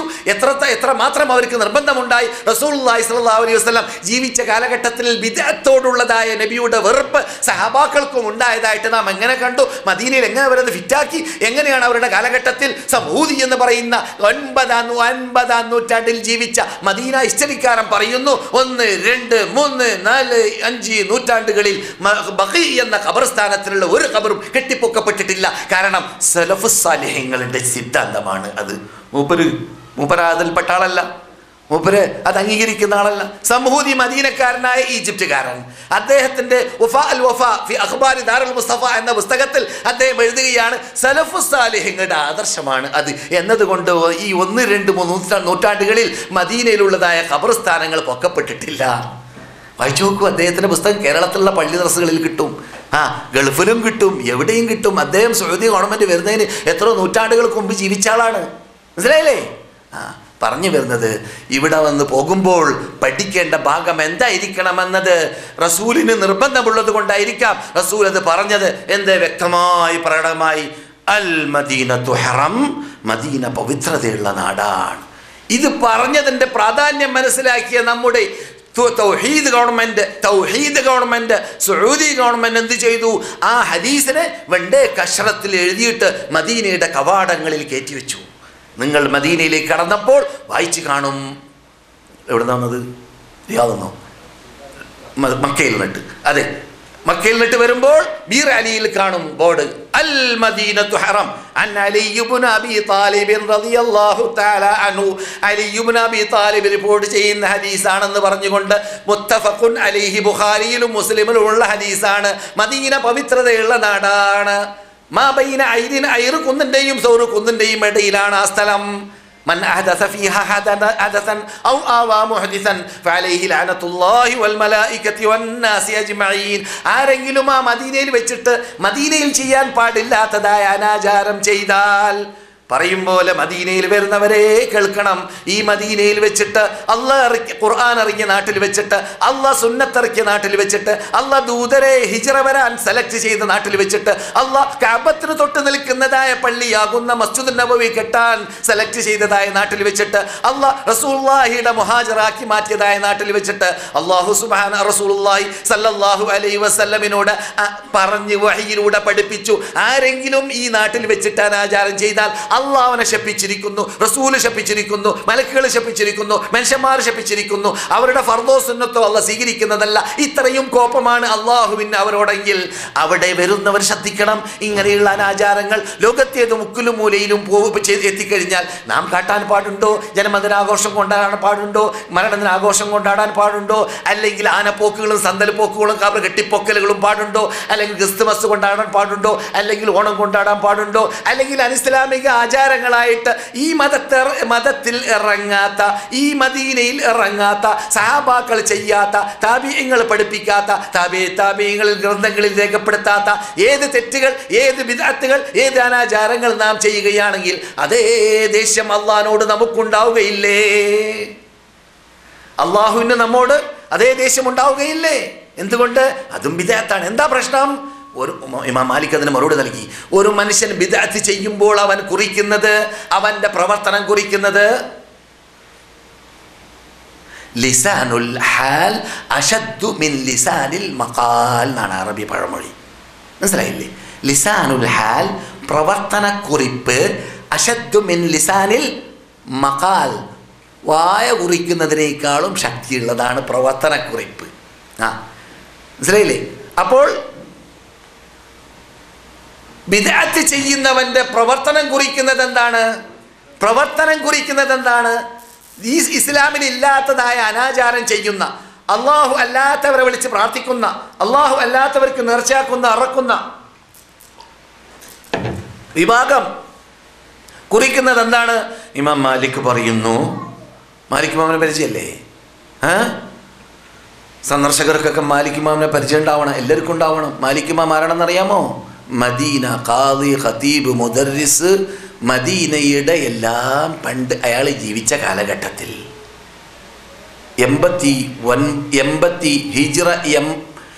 ഹിജ്റ 83 എൻ്റെ ഓർമ്മ ശരിയാണെങ്കിൽ ജനിച്ചു. 179 അദ്ദേഹം മരിച്ചു മദീനയിൽ. ഹിജ്റ 93 ജനിച്ചു. 83 ഇമാം അബൂ ഹനീഫയാണ് കേട്ടോ. ഹിജ്റ 93 ജനിച്ചു, 179 മരിച്ചു. ഹിജ്റയുടെ 1-ാം നൂറ്റാണ്ടിൽ, മനസ്സിലായില്ലേ? 1-ാം നൂറ്റാണ്ട് അവസാനിക്കുമ്പോൾ ജനിക്കുന്നു, 2-ാം നൂറ്റാണ്ടിൻ്റെ അവസാനത്തോടു കൂടി മരിക്കുന്നു. ഇപ്പോൾ നാം എത്രാം നൂറ്റാണ്ടിലാണ്? ഹിജ്റ എത്രാം നൂറ്റാണ്ടിലാണ്? 15-ാം നൂറ്റാണ്ട്. എത്ര? പലർക്കും പരിചയമുള്ളത് 21-ാം നൂറ്റാണ്ടാണ്. അത് അവരുടെ തീയതിയാണ്, നമ്മുടെ തീയതിയല്ല. നമുക്ക് പരിചയമുള്ളത് കല്യാണം കഴിക്കാനും അങ്ങനെ കെട്ടിച്ചു കൊടുക്കാനും അങ്ങനെ കെട്ടാനും അങ്ങനെ എല്ലാം അങ്ങനെ തന്നെയാണ്. നമുക്ക് വീട് കൂടി കയറാനും അങ്ങനെ എന്ത് പ്രശ്നങ്ങൾ ചെയ്യാനും നമുക്ക് അവരുടെ തീയതി അറിയുള്ളൂ, നമ്മുടെ തീയതി അറിയില്ല.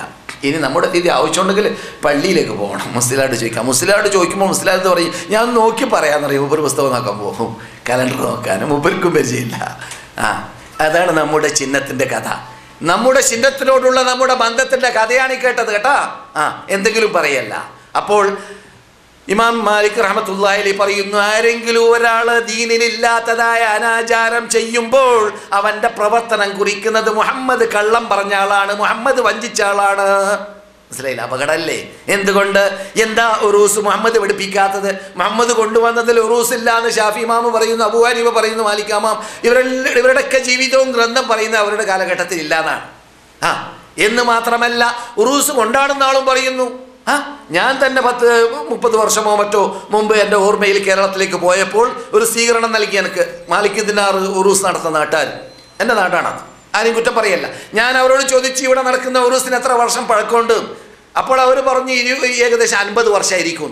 മനസ്സിലായില്ലേ? 50 വർഷം പഴക്കം. ഫയൽ റിക്കാർഡ് അങ്ങനെയാണെന്നാണ്. മനസ്സിലായില്ലേ? അവിടെ കിടക്കുന്ന മാലിക് ദിനാർ ഉണ്ടെങ്കിൽ സമസ്ത പുസ്തകം 7ാം ക്ലാസ്സിൽ പഠിപ്പിക്കുന്നത് അവിടെ മാലിക് ദിനാറിൻ്റെ ശരീരമില്ല, ജഡമില്ല, അവരൊക്കെ അവരുടെ നാടാകുന്ന ഹദ്റമൗത്തിലേക്ക് മടങ്ങിപ്പോയി ഖുറാസാനിലേക്കോ മറ്റോ പോയിട്ടാണ് കാസർഗോഡ് മാലിക് ദിനാർ മരിച്ചത് എന്നാണ് സമസ്ത 7ാം ക്ലാസ് പുസ്തകത്തിൽ കേരളത്തിൽ ഇപ്പോൾ പഠിപ്പിച്ചു വരുന്നത്. ആ പുസ്തകം എൻ്റെ കൂടെയുണ്ട്, മനസ്സിലായില്ലേ? പക്ഷെ ഖബറിൽ ആളില്ല എന്നാണ് സമസ്ത പഠിപ്പിക്കുന്നത്. ഖബറിൽ ആളില്ല എന്നാണ് സമസ്ത പഠിപ്പിക്കുന്നത്. ആ പച്ച മലയാളമാണ്, കേട്ടില്ലേ?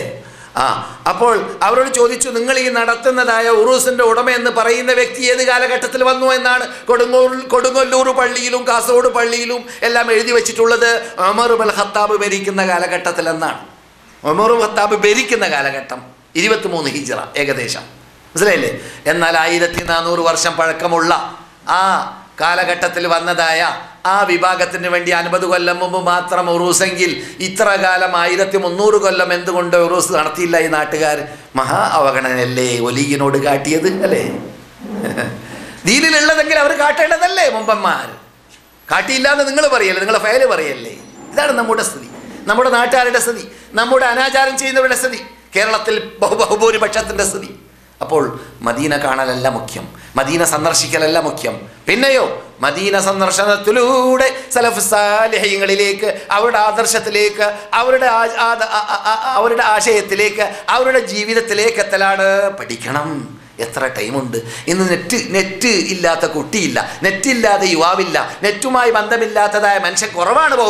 ബഹുഭൂരിപക്ഷം അങ്ങനെയാണെന്ന് മനസ്സിലാക്കാൻ പറ്റുന്നത്. എന്നിരിക്കവേ നെറ്റിലില്ലാത്ത ചരിത്രവുമില്ല, ഇസ്ലാമിക് ഹിസ്റ്ററി പഠിക്കാം. നെറ്റിലില്ലാത്ത ഉന്യാസവുമില്ല, നെറ്റിലില്ലാത്ത നന്മയുമില്ല. നെറ്റിൽ കൂടി നിങ്ങൾക്ക് ഈ മദീനവാസികളുടെ ഹിസ്റ്ററി പഠിക്കാം, മദീന സഹാബാക്കളുടെ കഥകൾ പഠിക്കാം. 10,000-ഉം 20,000-ഉം നമ്മുടെ നേതാക്കളെക്കുറിച്ച് എഴുതിയ ഗ്രന്ഥങ്ങൾ, നമ്മുടെ ഇസ്ലാമിനെ കുറിച്ച് എഴുതിയ ഗ്രന്ഥങ്ങൾ നെറ്റിൻ്റെ അകത്ത് ഇറങ്ങിയിട്ടുണ്ട്. വായിക്കേണ്ടവർ അങ്ങനെ വായിച്ച് പഠിക്കാവുന്നതാണ്. എങ്ങനെയും അള്ളാഹിന് മുമ്പിൽ പോയിട്ട് ഒഴിവുകൾ പറയാനില്ല. റബ്ബേ, ഇപ്പോൾ ഈ മദീനയിലേക്ക് നേരിട്ട് വന്നവരോട് റബ്ബ് പറയുന്നത്, മക്കയിലേക്ക് വന്നവരോട് പറയുന്നത് എന്താണ്? നിങ്ങൾ കണ്ടുപഠിക്കണമെന്നല്ലേ? എന്നാൽ കണ്ടുപഠിക്കാനുള്ളതായ ചുറ്റുപാടല്ലെങ്കിലും ഫോട്ടോ കണ്ടുപഠിക്കാനുള്ള ചുറ്റുപാടെങ്കിലും ഈ യുഗത്തിലുണ്ട്. ലോകത്തിൽ ജീവിക്കുന്നവർക്ക് ഫോട്ടോ മക്കയെ കാണുന്നു, മക്കയിലുള്ള കറക്കം കാണുന്നു. എത്രയോ മനുഷ്യന്മാർ യൂറോപ്പിലും മറ്റും കാബയിലുള്ളതായ തവാഫും അവിടെയുള്ള ഹജ്ജും കണ്ടിട്ട് ഇസ്ലാമിലേക്ക് ആകർഷിച്ചു എന്ന് നാം കഥ വായിക്കാറുണ്ട്. എന്നാൽ ഇസ്ലാമിൻ്റെ മെമ്പർഷിപ്പ് നേടിയ ആളാണ് കനേഷ്മാരി മുസ്ലിം, അല്ലെങ്കിൽ ജനന സർട്ടിഫിക്കറ്റ് മുസ്ലിമാണെന്ന് പറയുന്ന മുഹമ്മദ് ഹാജിയും അബൂബക്കർ ഹാജിയും ആയിഷത്തെയും ഫാത്തിമത്തെയും ഇതുവരെ നന്നായിട്ടില്ല എന്നതാണ് ദുഃഖം. അവർക്ക് ഇസ്ലാമിലേക്ക് മടങ്ങാൻ, അവർക്ക് സത്യത്തിലേക്ക് മടങ്ങാൻ, അവർക്ക് അനാചാരം ഒഴിവാക്കാൻ, അവർക്ക് ശിർക്ക് ഒഴിവാക്കാൻ, അവർക്ക് ബിദഅത്ത് ഒഴിവാക്കാൻ, അവർക്ക് മദീന മക്ക പഠിപ്പിക്കുന്ന പാഠം ഉൾക്കൊണ്ടുകൊണ്ട് 5 വക്ത് നമസ്കാരം കൃത്യമായി അതാ സമയത്ത് നിസ്കരിക്കാൻ അവരെ പ്രേരിപ്പിക്കുന്നില്ല എന്ന് കേൾക്കുമ്പോൾ നമ്മൾ സാധാരണ പറയാറുണ്ട്, പുതു മുസ്ലിങ്ങളുടെ ഇമാമ് പഴയ മുസ്ലിങ്ങൾക്കില്ല. അത് പലപ്പോഴും നമുക്കാണ്. പഴയ മുസ്ലിങ്ങൾക്ക് പുതു മുസ്ലിങ്ങളുടെ ഈമാനില്ല. പുതു മുസ്ലിങ്ങൾക്ക് എന്തെന്നില്ലാത്ത ആവേശമാണ്. പഴയ മുസ്ലിങ്ങൾ മനസ്സിലാക്കി വെച്ചിട്ടുള്ളത്, ഞങ്ങൾക്ക് ഏതായാലും വാപ്പ മുസ്ലിം ആയതുകൊണ്ട് നമ്മൾക്ക് സ്വർഗം കിട്ടുമെന്ന് ഉറപ്പാണ്. അങ്ങനെയുള്ള ഒരു ധൈര്യം തോന്നിയതുപോലെ സഹോദരന്മാരെ, സഹോദരികളെ, ഞങ്ങൾ ചർച്ച ചെയ്തുകൊണ്ടിരുന്നതായ വിഷയത്തിൽ മഹബ്ബത്ത് അല്ലാഹു സുബ്ഹാനഹു വ തആല യുഹിബ്ബുഹും, അല്ലാഹ് അവരെ സ്നേഹിക്കും, വയുഹിബ്ബൂന, അവർ അള്ളാഹുവിനെയും ആദ്യം അള്ളാഹ് സ്നേഹിക്കും എന്നതിനാണ് മുമ്പ് ബന്ധിപ്പിച്ചത്. കാരണം അള്ളാഹു സ്നേഹിക്കലാണ് മുഖ്യം നാം സ്നേഹിക്കുന്നതിനേക്കാളും മുഖ്യം എന്താണ്? അള്ളാഹുവിൽ നിന്നിട്ട് നമ്മോടുള്ള സ്നേഹം ഉണ്ടാവുക എന്നതാണ്. അള്ളാഹ് സ്നേഹിച്ചു കഴിഞ്ഞാൽ രക്ഷപ്പെട്ടു, അള്ളാഹു സ്നേഹിച്ചു കഴിഞ്ഞാൽ രക്ഷപ്പെട്ടു. ആ ഇനത്തിൽ അള്ളാഹു നാം എല്ലാവരെയും പെടുത്തുമാറാകട്ടെ. അദില്ലത്തിൻ അലൽ മുഅ്മിനീൻ അഇസ്സത്തിൻ അലൽ കാഫിരീൻ. നിബന്ധന കേട്ടോളീൻ. അള്ളാഹ് സ്നേഹിക്കണമെങ്കിൽ എന്ത് വേണം? സത്യവിശ്വാസികളോട് എന്നെന്നില്ലാത്ത സ്നേഹം അവരിലൂടെ എടുക്കണം, അവരോട് വിനയമുണ്ടാവണം. മുസ്ലിങ്ങളോട് എന്തെന്നില്ലാത്ത മഹബത്തും വിനയവും. മുസ്ലിം പ്രശ്നപരിഹാരത്തിന് വേണ്ടി തബറാനിയോ മറ്റോ റിപ്പോർട്ട് ചെയ്യുന്ന ഹദീസ് ഓർമ്മയിൽ വരുന്നു, മല്ലം യഹ്തമ്മ ബിഅംരിൽ മുഅ്മിനീന ഫലൈസ മിൻഹും. മുഅ്മിനീങ്ങളുടെ പ്രശ്നമായി പരിഗണിക്കാത്തവൻ മുഅ്മിനല്ല. അതിൻ്റെ സിഹത്ത് എൻ്റെ ഓർമ്മയിൽ വരുന്നില്ല, തബറാനിയിലോ മറ്റുള്ളതാണ്. പക്ഷെ മാന ക്ലിയറാണ്. മുഅ്മിനീങ്ങളുടെ പ്രശ്നം നമ്മുടെ പ്രശ്നമായി മാറണം. അതിനുവേണ്ടിയാണ് റസൂൽ ഇവിടെ വന്ന ഉടനെ തന്നെ മുആഹാത്തുണ്ടാക്കി. നിങ്ങൾ ഇരിക്കുന്ന മദീന പഠിപ്പിക്കുന്ന പാഠമാണത്. റസൂൽ ഇവിടെ വന്ന ഉടനെ എന്ത് ചെയ്തു? മുഹാജിറുകളും അൻസാറുകളും രണ്ട് നാട്ടുകാർ, അവൻ മലപ്പുറക്കാരനല്ലേ, ഇവൻ കാസർഗോഡുകാരനല്ലേ എന്ന വെറുപ്പ് നമ്മുടെ നാട്ടിൽ ഉണ്ടാവാറുള്ളതാണല്ലോ. ഈ പറഞ്ഞ നാട്ടിൽ മാത്രമല്ല കേട്ടാ, ഏത് നാട്ടിലും പരസ്പരം അങ്ങും ഇങ്ങും എന്തുണ്ടാകും? വർഗീയത ഉണ്ടാകും അല്ലേ? ദേശീയതയും വർഗീയതയും ലോകവ്യാപകമാണ്. ഇങ്ങനെയുള്ളൊരു അറുപ്പ് വെറുപ്പ്, അവൻ മക്കക്കാരൻ, ഇവൻ മദീനക്കാരൻ എന്ന രൂപത്തിൽ ഉണ്ടാവാതിരിക്കാൻ വേണ്ടി പിടിച്ചവരുടെ ഇടയിൽ ഒരു ഐക്യമുണ്ടാക്കി, മുആഹാത്തുണ്ടാക്കി, സഹോദര്യ ബന്ധമുണ്ടാക്കി. സുബ്ഹാനല്ലാഹ്. അങ്ങനെ റസൂലുള്ളാഹി സ്വല്ലല്ലാഹു അലൈഹി വസല്ലം ചെയ്തതായ ആ സഹായ സഹകരണങ്ങൾ, അതിനെക്കുറിച്ചാണ് റബ്ബ് പറയുന്നത്. അദില്ലത്തിൻ അലൽ മുഅ്മിനീൻ ഇസ്സത്തിൻ അലൽ കാഫിരീൻ. അതാണ് നാം നേരത്തെ ഓതി വെച്ച ആയത്തിൽ അശിദ്ദു അലൽ കുഫാർ, കാഫിരീങ്ങളോട് എന്തെന്നില്ലാത്ത ഷിദ്ദത്ത് അവരിൽ ഉടലെടുക്കണം. ഇപ്പം ഷിദ്ദത്തല്ല, ലേനാണ്. എങ്ങനെയെങ്കിലും ഒരു ലേനം ഉണ്ടാക്കാം കാഫിരീങ്ങളായിട്ട്, ഇങ്ങനെയെങ്കിലും ലേനം ഉണ്ടാക്കുക. അവർ കാട്ടുന്ന കുറച്ചൊക്കെ നാമും കാട്ടാം. അവർ കാട്ടുന്ന ഉറൂസിന്, അവർ കാട്ടുന്ന ആ മേളയോട് തുല്യതയുള്ള ഉറൂസ് നാം ഉണ്ടാക്കാം. അവർക്കുണ്ട് മേള, നമുക്കുണ്ട് ഉറൂസ് അല്ലേ? എന്താ വ്യത്യാസം? ഒന്നുമില്ല. അവിടെ മേളയിൽ നടക്കുന്നൊക്കെ ഇവിടെ നടക്കും. മേള നടക്കുന്ന അതേ വിഭാഗം അവരുടെ അമ്പലത്തിൽ നിന്നിട്ട് കൊണ്ടുവരുന്ന അരിയാണ് ഇവിടെ വിതരണം ചെയ്യുന്നത്. എവിടെ? ഉറൂസ് നടക്കുന്ന സ്ഥലത്ത് വിതരണം ചെയ്യുന്നത്. ലയനേ, ഇതാണ് ലയനം. മനസ്സിലായില്ലേ? റസൂലുള്ളാഹി സ്വല്ലല്ലാഹു അലൈഹി വസല്ലം മക്കയിൽ ജീവിച്ചിരുന്ന കാലഘട്ടത്തിൽ അള്ളാഹു സൂറത്തുൽ ഇസ്രായിലൂടെ അങ്ങേയറ്റം ആക്ഷേപിച്ച് സംസാരിച്ച ശൈലിയാണ് എന്ത്? അവർക്ക്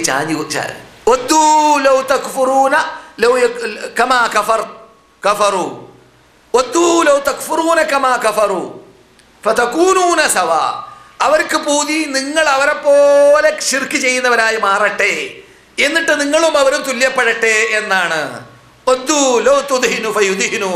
അവർ സോപ്പിടും പോലെ നിങ്ങളും സോപ്പിടണമെന്ന് അവർക്ക് പൂതി. ഖുർആന്റെ ശൈലിയാണ്. അവർ സോപ്പിടും പോലെ നിങ്ങളും സോപ്പിടണം. നിങ്ങൾ അതുകൊണ്ട് റസൂലുള്ളാഹി സ്വല്ലല്ലാഹു അലൈഹി വസല്ലം അല്ലാഹു പറഞ്ഞു, وَإِنْ كَادُوا لَيَفْتِنُونَكَ عَنِ الَّذِي أَوْحَيْنَا إِلَيْكَ لِتَفْتَرِيَ عَلَيْنَا غَيْرَهُ إِذًا لَاتَّخَذُوكَ خَلِيلًا وَلَوْلَا أَنْ ثَبَّتْنَاكَ لَقَدْ كِدتَّ تَرْكَنُ إِلَيْهِمْ شَيْئًا قَلِيلًا إِذًا لَأَذَقْنَاكَ ضِعْفَ الْحَيَاةِ وَضِعْفَ الْمَمَاتِ ثُمَّ لَا تَجِدُ لَكَ عَلَيْنَا نَصِيرًا. ഇത് എന്തെങ്കിലും നിലക്കൊന്ന് അവർക്ക് ചാഞ്ഞു കൊടുക്കുക, അവർ പറയുന്നതിന് സപ്പോർട്ട് ചെയ്യുക. ഒരു ദിവസം നിങ്ങൾ ഞങ്ങളെ ദൈവങ്ങളെ പൂജിച്ചോ, ഒരു ദിവസം നിങ്ങളുടെ ദൈവത്തിനെ ഞങ്ങളും പൂജിക്കാം എന്നൊക്കെ അങ്ങോട്ട് നീക്കുപോക്കെ, ചെറിയ നീക്കുപോക്കൊക്കെ ഉണ്ടാക്കാന്നുള്ള പദ്ധതി ഇപ്പോൾ അത് വികസിച്ച് വരികയാണ് കേരളത്തിൽ. മുസ്ലിങ്ങൾ എന്ന് പറയുന്നവരുടെ ഇടയിൽ എന്താണ്? മുസ്ലിങ്ങൾ ഓണം കൊണ്ടാടും, ഓണത്തിൻ്റെ ഭക്ഷണം കഴിക്കും. മുസ്ലിങ്ങൾ ക്രിസ്മസ് കൊണ്ടാടും, ക്രിസ്മസിൻ്റെ ഭക്ഷണം കഴിക്കും. അവരുണ്ടാക്കുന്ന ഏത് മതസ്ഥർ അവരുടെ പ്രത്യേക ആദർശത്തിൻ്റെ പേരിൽ ഉണ്ടാക്കിയ ഭക്ഷണം മുസ്ലിങ്ങൾ കഴിക്കാൻ പാടുള്ളതല്ല, അവർക്ക് ഹറാമാണ്. ശിർക്ക് ചെയ്യുന്നവർ ശിർക്ക് ചെയ്തുകൊണ്ടുണ്ടാക്കിയതായ, അതിന് വേണ്ടി ഉണ്ടാക്കിയതായ ആ ഭക്ഷണവും തൗഹീദിൻ്റെ ഉടമകൾ കഴിക്കൽ ഹറാമാണ്. മനസ്സിലാക്കണം. അപ്പോഴാണ് എന്ത് വരിക? യുഹിബ്ബുഹും വയുഹിബ്ബൂന. ഈ ആയത്ത് വിറ്റാക്കിയവരായി മാറുള്ളൂ. അള്ളാഹനെ അവർ സ്നേഹിക്കുന്നു, അള്ളാഹനെ അവർ സ്നേഹിക്കേണ്ടതുപോലെ സ്നേഹിച്ചു കഴിഞ്ഞാൽ എല്ലാം അള്ളാഹ്ക്ക് വേണ്ടി സമർപ്പിക്കും. അള്ളാഹ് ഇഷ്ടപ്പെട്ടതിനൊക്കെ അവർ ഇഷ്ടപ്പെടും, അള്ളാഹ് വെറുത്തതിനെയൊക്കെ അവർ വെറുക്കുകയും ചെയ്യും. അതിൻ്റെ അർത്ഥം ആ മുസ്ലിങ്ങളുടെ ഇടയിൽ ദഅവത്ത് നടത്തണ്ടായെന്നാണോ? അതും മനസ്സിലാക്കരുത്. അങ്ങനെയല്ല. റസൂലുള്ളാഹി സ്വല്ലല്ലാഹു അലൈഹി വസല്ലം ദഅവത്ത് നടത്താൻ പോകുന്നവരോടൊക്കെ സ്നേഹിച്ച് ദഅവത്ത് നടത്താൻ പോയതല്ല, പിന്നെയോ അവർ നന്നാവട്ടെ എന്ന പ്രതീക്ഷയിൽ ദഅവത്ത് നടത്താൻ പോയതാണ്. അതുകൊണ്ട് റസൂലുള്ളാഹി സ്വല്ലല്ലാഹു അലൈഹി വസല്ലം നിങ്ങൾ ചെറുപ്പത്തിലേ കേൾക്കുന്ന കഥയാണ്, ബുഖാരിയിലുള്ള കഥയാണ്, മദീനയിൽ സംഭവിച്ച കഥയാണ്. ജൂതനെ കുറിച്ച് അന്വേഷിച്ചു, അദ്ദേഹം രോഗിയാണെന്ന് പറഞ്ഞു. ഒരു ജൂത യുവാവ്, കുട്ടി, പ്രായം തികഞ്ഞ കുട്ടിയാണ്. അങ്ങനെ റസൂലുള്ളാഹി സ്വല്ലല്ലാഹു അലൈഹി വസല്ലം രോഗിയെ സന്ദർശിക്കാൻ വേണ്ടി ജൂതന്റെ വീട്ടിലേക്ക് കടന്നു. അല്ലേ, നമുക്ക് കേട്ട് പരിചയമുണ്ട്. റസൂലുള്ളാഹി സ്വല്ലല്ലാഹു അലൈഹി വസല്ലം എങ്ങനെയാണ് ചികിത്സിച്ചത്? എങ്ങനെയാണ്? നാം ചികിത്സിക്കുന്ന രൂപമാണോ? നാം വല്ല മരുന്നും കൊണ്ടുപോകും, അല്ലെങ്കിൽ മ്യൂസിക്കുള്ള ഹാർമോണിയമുള്ള കേസറ്റ് കൊണ്ടുപോകും. രോഗിയെ സന്ദർശിക്കാനേ ഹോസ്പിറ്റലിലേക്ക് പോകുമ്പോഴേക്ക് മൂപ്പം മരിക്കാൻ കിടക്കാണ്, നമ്മൾ മ്യൂസിക്കായിട്ട് കൊണ്ടുപോവാണ്. വേണ്ടാത്തതിന് ടാപ്പരി കാർഡും കൂടി. എന്തിനാണ്? മൂപ്പരവിടെ ഇരുന്ന് കേട്ടോട്ടെ എന്നും. നേരം പോകാനേ മൂപ്പര ഓപ്പറേഷനിൽ കിടക്കാണ്. നേരം പോകാൻ ടാപ്പരി കാർഡും മ്യൂസിക്കും ഹാർമോണിയങ്ങളും. അള്ളാഹിനോട് മല്ലിടാം, എന്നാലും ദിക്ർ ചെല്ലാനോ ഖുർആൻ കേൾപ്പിക്കാനോ തോന്നലില്ല. അതല്ല അവിടെ മൂപ്പര് ആവശ്യമുള്ളത്. റസൂലുള്ളാഹി സ്വല്ലല്ലാഹു അലൈഹി വസല്ലം ഈ ജൂതനായ രോഗിയെ സന്ദർശിക്കാൻ ചെന്ന വേളയിൽ എന്താണ് സഹോദരന്മാരെ പറഞ്ഞത്? കുട്ടിയെ നോക്കിയ ഉടനെ തന്നെ, യുവാവാണ്, പ്രായം തികഞ്ഞ ആളാണ്, നോക്കിയ ഉടനെ തന്നെ റസൂൽ മനസ്സിലായി ഇദ്ദേഹം ജീവിക്കാൻ സാധ്യതയില്ല. മരണശൈലിയിൽ കിടക്കുന്ന രോഗത്തിലാണ്. കേട്ടോളീൻ, ഈ മദീനയിൽ സംഭവിച്ചതാണ്. നാമും ശ്രദ്ധിക്കേണ്ട ഭാഗമാണ്. നാം എങ്ങനെയാണ് നമ്മുടെ അയൽവാസി ജൂതൻ, അയൽവാസി ക്രിസ്ത്യൻ, അയൽവാസി അമുസ്ലിം, അയൽവാസി ശിർക്ക് ചെയ്യുന്നവൻ, അങ്ങനെയുള്ളവരോട് ഏത് രൂപത്തിൽ സമീപിക്കണം എന്നത് പഠിക്കാൻ വേണ്ടിയാണ് റസൂൽ അത് ചെയ്യുന്നത്. റസൂലുള്ളാഹി സ്വല്ലല്ലാഹു അലൈഹി വസല്ലം പറയുന്നു ആ കുട്ടിയോട്, ഖുൽ ലാ ഇലാഹ ഇല്ലല്ലാഹ് അസ്ലിം എന്ന അർത്ഥത്തിലേക്ക് വേറെയും റിപ്പോർട്ടിൽ കാണാം. മുസ്ലിം ആവുക, ലാ ഇലാഹ ഇല്ലല്ലാഹ് എന്ന് പറയുക. അവിടെ പിന്നെ ചർച്ചയ്ക്ക് ടൈമില്ല. മൂപ്പര് പോയ അപകടത്തിൽപ്പെട്ടു. ചർച്ചയ്ക്ക് ടൈമില്ല, സമയമില്ല സംസാരിക്കാൻ സമയം വേസ്റ്റാക്കാനും പാടില്ല അങ്ങനെയുള്ള രംഗത്തിൽ. റസൂൽ എന്ത് പറഞ്ഞു? ലാ ഇലാഹ ഇല്ലല്ലാഹ് എന്ന് പറയൂ. അപ്പോൾ കുട്ടി കണ്ണ് തുറന്നുകൊണ്ട് വാപ്പയിലേക്ക് നോക്കാണ്, കണ്ണുരുട്ടിയും കൊണ്ട് വാപ്പയിലേക്ക് നോക്കാണ്. അനുവാദം ചോദിക്കും പോലെ, വാപ്പ ജൂതനല്ലേ, അനുവാദം ചോദിക്കും പോലെ. അപ്പോൾ വാപ്പ പറഞ്ഞു, അതേ അബുൽ ഖാസിം സല്ലല്ലാഹു അലൈഹി വസല്ലം, അബുൽ ഖാസിം എന്നെ മറുപടി നൽകൂ, അദ്ദേഹത്തിന് അനുസരിക്കൂ എന്ന് ഓർഡർ കിട്ടി. അപ്പോൾ കുട്ടി ലാ ഇലാഹ ഇല്ലല്ലാഹ് എന്ന് പറഞ്ഞു. ഇഹലോകവാസം വെടിഞ്ഞു. റസൂലുള്ളാഹി സ്വല്ലല്ലാഹു അലൈഹി വസല്ലം പറയുന്നു, അൽഹംദുലില്ലാഹില്ലദീ അൻഖദഹു മിനന്നാർ, നരകത്തിൽ നിന്നിട്ട് ആ മനുഷ്യനെ മോചിപ്പിച്ച റബ്ബിന്റെ സ്തുതി. അല്ലാഹു സുബ്ഹാനഹു വ തആല നരകത്തിൽ നിന്നിട്ട് അദ്ദേഹത്തെ മോചിപ്പിക്കുന്നു. ആ റബ്ബിന്റെ സ്തുതി പറയുന്നു സഹാബാക്കളോട്. വാപ്പ ഒഴിവാക്കാൻ പറയും പോലെ അവിടെയാണ് വ്യതിരിക്തത കാണുക, അവിടെയാണ് വലാ കാണുക, അവിടെയാണ് മുസ്ലിമോനുള്ള സ്നേഹം കാണുക, അവിടെയാണ് ലാ ഇലാഹ ഇല്ലല്ലാഹ് പറയുമ്പോൾ നമ്മുടെ ആളായി മാറി എന്നത് കാണുക. റസൂൽ പറയുന്നു സഹാബാക്കളോട്, ജഹിസു അഹാക്കും, നിങ്ങളുടെ സഹോദരനായ മുസ്ലിമിന് നിങ്ങൾ അദ്ദേഹത്തിന്റെ ജനാസയെ, അദ്ദേഹത്തിന്റെ മയ്യത്ത് പരിപാലനം നടത്തുക. ഇപ്പോൾ ആള് മാറി. ഇപ്പോൾ നിങ്ങളുടെ സഹോദരനാണ് അദ്ദേഹം, അദ്ദേഹത്തിന്റെ പരിപാലനം നടത്തേണ്ടത് നിങ്ങളാണ്. അദ്ദേഹത്തിന്റെ വാപ്പയായ ജൂതനല്ല. അദ്ദേഹത്തിന് നിങ്ങൾ നമസ്കരിക്കണം, അദ്ദേഹത്തിന് നിങ്ങൾ അള്ളാഹുവിനോട് അല്ലാഹുമ്മ ഗ്ഫിർ ലഹു വറഹംഹു എന്ന് പറയണം. ആ രൂപത്തിലുള്ളതായ സമീപനം അങ്ങനെയുള്ള റിസൾട്ടിലേക്ക് എത്തും എന്നതാണ് മദീന പഠിപ്പിക്കുന്ന പാഠം. സഹോദരന്മാരെ, സഹോദരികളെ, അങ്ങനെയുള്ള സമീപനം ഏത് സഹോദരൻ നമ്മുടെ അയൽവാസികളോട് കാട്ടാം, ഏത് അമുസ്ലിങ്ങളോട് കാട്ടാമെന്നല്ല, കാട്ടണം. നമ്മുടെ ബാധ്യതയാണ്. ഏത് വമാ അർസൽനാക ഇല്ലാ കാഫത്തൻ ലിന്നാസി ബഷീറൻ വനദീറ. ഈ മതം എല്ലാവർക്കും ഉള്ളതാണ്. ക്രിസ്ത്യനുള്ളതാണ്, ജൂതനുള്ളതാണ്, മനുഷ്യരാശിക്കുള്ളതാണ്, ഒരു പ്രത്യേക വകുപ്പിനുള്ളതല്ല. അത് എന്തല്ല, അവരെ ഹൃദയത്തിൽ സ്നേഹിച്ചുകൊണ്ട് ലേനമുണ്ടാക്കലല്ല. അത് നമ്മുടെ കൗമ കാട്ടുന്നത് പോലെ ലേനമുണ്ടാക്കാം. അപ്പോൾ കുഫറിനോടും കുഫറിന്റെ ഉടമകളോടും ശിദ്ദത്ത് നമ്മളിൽ ഉടലെടുക്കണം, വെറുപ്പും അറുപ്പും ഉടലെടുക്കണം. എന്തുകൊണ്ട്? ഒരു ഗ്ലാസിൻ്റെ അകത്ത് മഹബത്തും അള്ളാഹിനോടുള്ള മഹബത്തും അള്ളാഹിനോടുള്ളതായ മഹബത്ത് കേടും രണ്ടും ഒരുമിച്ച് കൂടൂല. ഈ ഗ്ലാസ് ഫുള്ളായി കഴിഞ്ഞാൽ ഒരു തുള്ളി താഴെ ഇറങ്ങണം, എന്നാലേ അതിൽ വേറൊരു തുള്ളി ചേർക്കാൻ പറ്റുള്ളൂ. ഒരു തുള്ളി താഴെ ഇറങ്ങാതെ ചേരൂല. അതുകൊണ്ടാണ് നമ്മുടെ ഹൃദയം ആദ്യം ലാ ഇലാഹ എന്ന് കൽപ്പിച്ചത്. ഇലാഹില്ലേ ഇല്ല അല്ലാഹു അല്ലാതെ ആദ്യം ക്ലിയർ ആക്കുക ഹൃദയം. ആദ്യം മനുഷ്യ പൂജ നിർത്തുക. മൊയ്തീശേഖിന് പൂജയില്ല, മമ്പർത്ത തങ്ങൾക്ക് പൂജയില്ല, ഉള്ളാളത്ത് തങ്ങൾക്ക് പൂജയില്ല, അയ്യപ്പന് പൂജയില്ല, അവരെ വിളിച്ച് പ്രാർത്ഥിക്കലില്ല, അവർക്ക് നേർച്ചയാക്കലില്ല. കാഷ്ടിക്കുന്ന മുദ്രിക്കുന്ന മനുഷ്യന്മാരുടെ കയ്യിൽ നന്മയോ തിന്മയോ ഉണ്ട് എന്ന വിശ്വാസത്തിൽ ഒരാൾ പ്രാർത്ഥിക്കുമ്പോൾ അവൻ കാഫറാകുന്നു, അവൻ മക്ക കാഫിനോട് തുല്യരായി മാറുന്നു. അതാണ് പാടില്ലാത്തത്. അങ്ങനെയുള്ളവരോട് വെറുപ്പ് നമുക്കുണ്ടാവണം. മദീന സന്ദർശകർ പഠിക്കേണ്ട പാഠത്തിൽപ്പെട്ടതാണ്. എൻ്റെ ക്ലാസ് സ്ഥിരം മെമ്പർമാർ പ്രയാസപ്പെടരുത്, നമ്മുടെ സദസ്സിൽ ബഹുഭൂരിപക്ഷം സന്ദർശകരാണ് എന്നത് പരിഗണിച്ചുകൊണ്ട് എൻ്റെ പതിവനുസരിച്ച് നിങ്ങൾ ക്ഷമിച്ചിരിക്കലും ഞാൻ ക്ഷമിച്ച് പറയലൊക്കെയാണ്. അതുകൊണ്ട് നാം നമ്മുടെ സഹോദരന്മാർക്ക് അനിവാര്യമായ ഭാഗങ്ങൾ സൂചിപ്പിക്കാതിരിക്കാൻ നിർവാഹമില്ല. സ്ഥിരം ക്ലാസ് മെമ്പറും മദീന ഇസ്ലാഹി സെൻറ്ററിൻ്റെ പ്രവർത്തകനുമായ ഒരു സഹോദരൻ്റെ പിതാവ് മരണപ്പെട്ടു.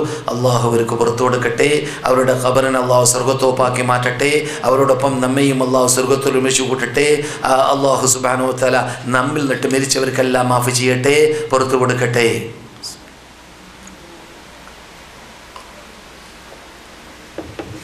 സഹോദരന്മാരെ, സഹോദരികളെ,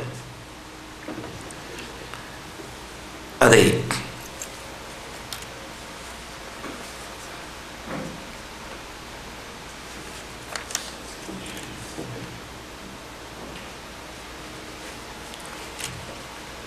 നാം പഠിച്ചു അദില്ലത്തിൻ അലൽ മുഅ്മിനീന അഇസ്സത്തിൻ അലൽ കാഫിരീൻ. മുഅ്മിനീങ്ങളോട് എന്തെന്നില്ലാത്ത സ്നേഹവും അപ്രകാരം അമുസ്ലിങ്ങളോട് ശിർക്ക് ചെയ്യുന്നവരോട് ഹൃദയത്തിൻ്റെ അകത്ത് വെറുപ്പും ഉണ്ടാകുന്ന ഒരു വിഭാഗം യുഹിബ്ബുഹും വയുഹിബ്ബൂന, അള്ളാഹുവിനെ അവർ സ്നേഹിക്കുന്നു, അവരെ അള്ളാഹും സ്നേഹിക്കുന്നു. അവരുടെ പ്രത്യേകത എന്താണ്? ഈ രണ്ട് പ്രത്യേകതകൾ അവർക്ക് ലഭിക്കാൻ അവർ കാട്ടിക്കൂട്ടിയത് എന്താണ്? അവരുടെ പ്രവർത്തനം വെറുക്കേണ്ടവരോട് വെറുക്കുക, ഇഷ്ടപ്പെടേണ്ടവരോട് ഇഷ്ടപ്പെടുക. മനസ്സിലായില്ലേ? വെറുക്കേണ്ടവരോട് അപ്പോൾ ഇഷ്ടപ്പെടേണ്ടവരോട് ഇഷ്ടപ്പെടാതിരുന്നാലോ അതും തെറ്റന്നെ. നമ്മുടെ ആദർശം ഉൾക്കൊള്ളുന്ന വ്യക്തി സലാം പറയുമ്പോൾ സലാം മടക്കാതിരിക്കുക, അവർ പോകുന്ന വഴി മാറി നടക്കുക, അവരുമായിട്ട് ലയനമില്ലാതിരിക്കുക, ബന്ധമില്ലാതിരിക്കുക, സ്നേഹമില്ലാതിരിക്കുക, അവരുമായി ഒഴിവാക്കി ഉപഗ്രൂപ്പ് ഉണ്ടാക്കുക, എന്നിട്ട് അങ്ങും ഇങ്ങും സ്റ്റേജിൽ കയറിയിട്ട് ചീത്ത പറയുക. അപ്പോൾ എവിടെ എത്തി? നാം ഈ പറഞ്ഞ ഇനത്തുനിന്ന് പുറത്തുപോയി. അള്ളാഹിൻ്റെ സ്നേഹം കിട്ടാൻ കുറേ പ്രയാസമുണ്ട്. അള്ളാഹിൻ്റെ സ്നേഹം സമ്പാദിക്കാൻ പ്രയാസമുണ്ട്. അള്ളാഹിൻ്റെ സ്നേഹം കിട്ടാൻ അള്ളാഹ് പറയുന്ന നിബന്ധന എന്താണ്? മുസ്ലിങ്ങളുടെ ഇടയിൽ അനൈക്യം പാടില്ല, ഐക്യത്തോടു കൂടി സ്നേഹത്തോടു കൂടി ഏകോദര സഹോദരന്മാരായിട്ട് അവർ ജീവിക്കേണ്ടവരായിരിക്കണം. അതേപോലെ നേരെ മറിച്ചും അമുസ്ലിങ്ങളോട്. പിന്നെയോ യുജാഹിദൂന ഫീ സബീലില്ലാഹ്, അള്ളാഹുവിൻ്റെ വഴിയിൽ സേവിക്കുന്നവരുമായിരിക്കണം, പോരാടുന്നവരുമായിരിക്കണം. ഇതിൽപ്പെടാൻ നമ്മെക്കൊണ്ട് സാധിക്കുമോ? സാധിക്കും. ജിഹാദ് വളരെ വിശാലമുള്ള ജിഹാദാണ്. ജിഹാദ് ഖുർആൻ കൊണ്ടുള്ള ദഅവത്ത് ജിഹാദാണെന്നാണ് ഖുർആൻ പറയുന്നത്. വജാഹിദുഹും ബിഹി ജിഹാദൻ കബീറാ, ഈ ഖുർആൻ കൊണ്ട് നിങ്ങൾ മഹാപോരാട്ടം പോരാടുക, മഹാമത്സരം മത്സരിക്കുക. ഈ ഖുർആനിനെ ജനങ്ങളിലേക്ക് എത്തിച്ചു കൊടുക്കുന്നതിൻ്റെ മുമ്പിൽ പറയേണ്ടത് പറഞ്ഞാൽ ഖുർആൻ പറയുന്ന 112 തവണ അള്ളാഹിനോട് മാത്രമാണ് പ്രാർത്ഥിക്കേണ്ടത് എന്ന ശൈലി ഉൾക്കൊള്ളുന്ന ദുആ എന്ന പദപ്രയോഗം നടത്തുന്ന ഖുർആനുമായിട്ട് നിങ്ങൾ 437 തവണ വിശ്വാസപരമായ കാര്യങ്ങളെ ശ്രദ്ധിക്കണമെന്ന് ഈ ഖുർആൻ പറഞ്ഞിട്ടുണ്ട്. അതുകൊണ്ട് ആ വിശ്വാസപരമായ കാര്യത്തിന്റെ ഹൃദയഭാഗം ഖുൽ ഹുവല്ലാഹു അഹദിലുള്ള ഇയ്യാക നഅ്ബുദു വ ഇയ്യാക നസ്തഈനിലുള്ള ലബ്ബൈക അല്ലാഹുമ്മ ലബ്ബൈക്കിലുള്ളതായ തൗഹീദിന്റെ ഭാഗമാണ്. അത് 91 തവണയാണ് ഖുർആൻ പറയുന്നത് എന്ന് പറഞ്ഞുകൊണ്ട് ചെന്നാൽ ഏറുകൊള്ളും മക്കക്കാര്. പണ്ട് സഹാബാക്കൾ എറിഞ്ഞതുപോലെ, മുമ്പന്മാർ എറിഞ്ഞതുപോലെ മദീനക്കാർക്കും ഇവിടെ താമസിക്കുന്ന വേളയിൽ കപട വിശ്വാസികളിലൂടെ ശല്യം ഉണ്ടായതുപോലെ, സഹാബാക്കൾക്കും റസൂലുള്ളാഹിക്കും ശല്യം ഉണ്ടായതുപോലെ, ജൂതന്മാരിലൂടെ ശല്യം ഉണ്ടായതുപോലെ, വിദേശത്തിലുള്ളവരുടെ ഭീഷണി ഉണ്ടായതുപോലെ എല്ലാം അനുഭവിക്കേണ്ടി വരും. അപ്പോൾ ജിഹാദ്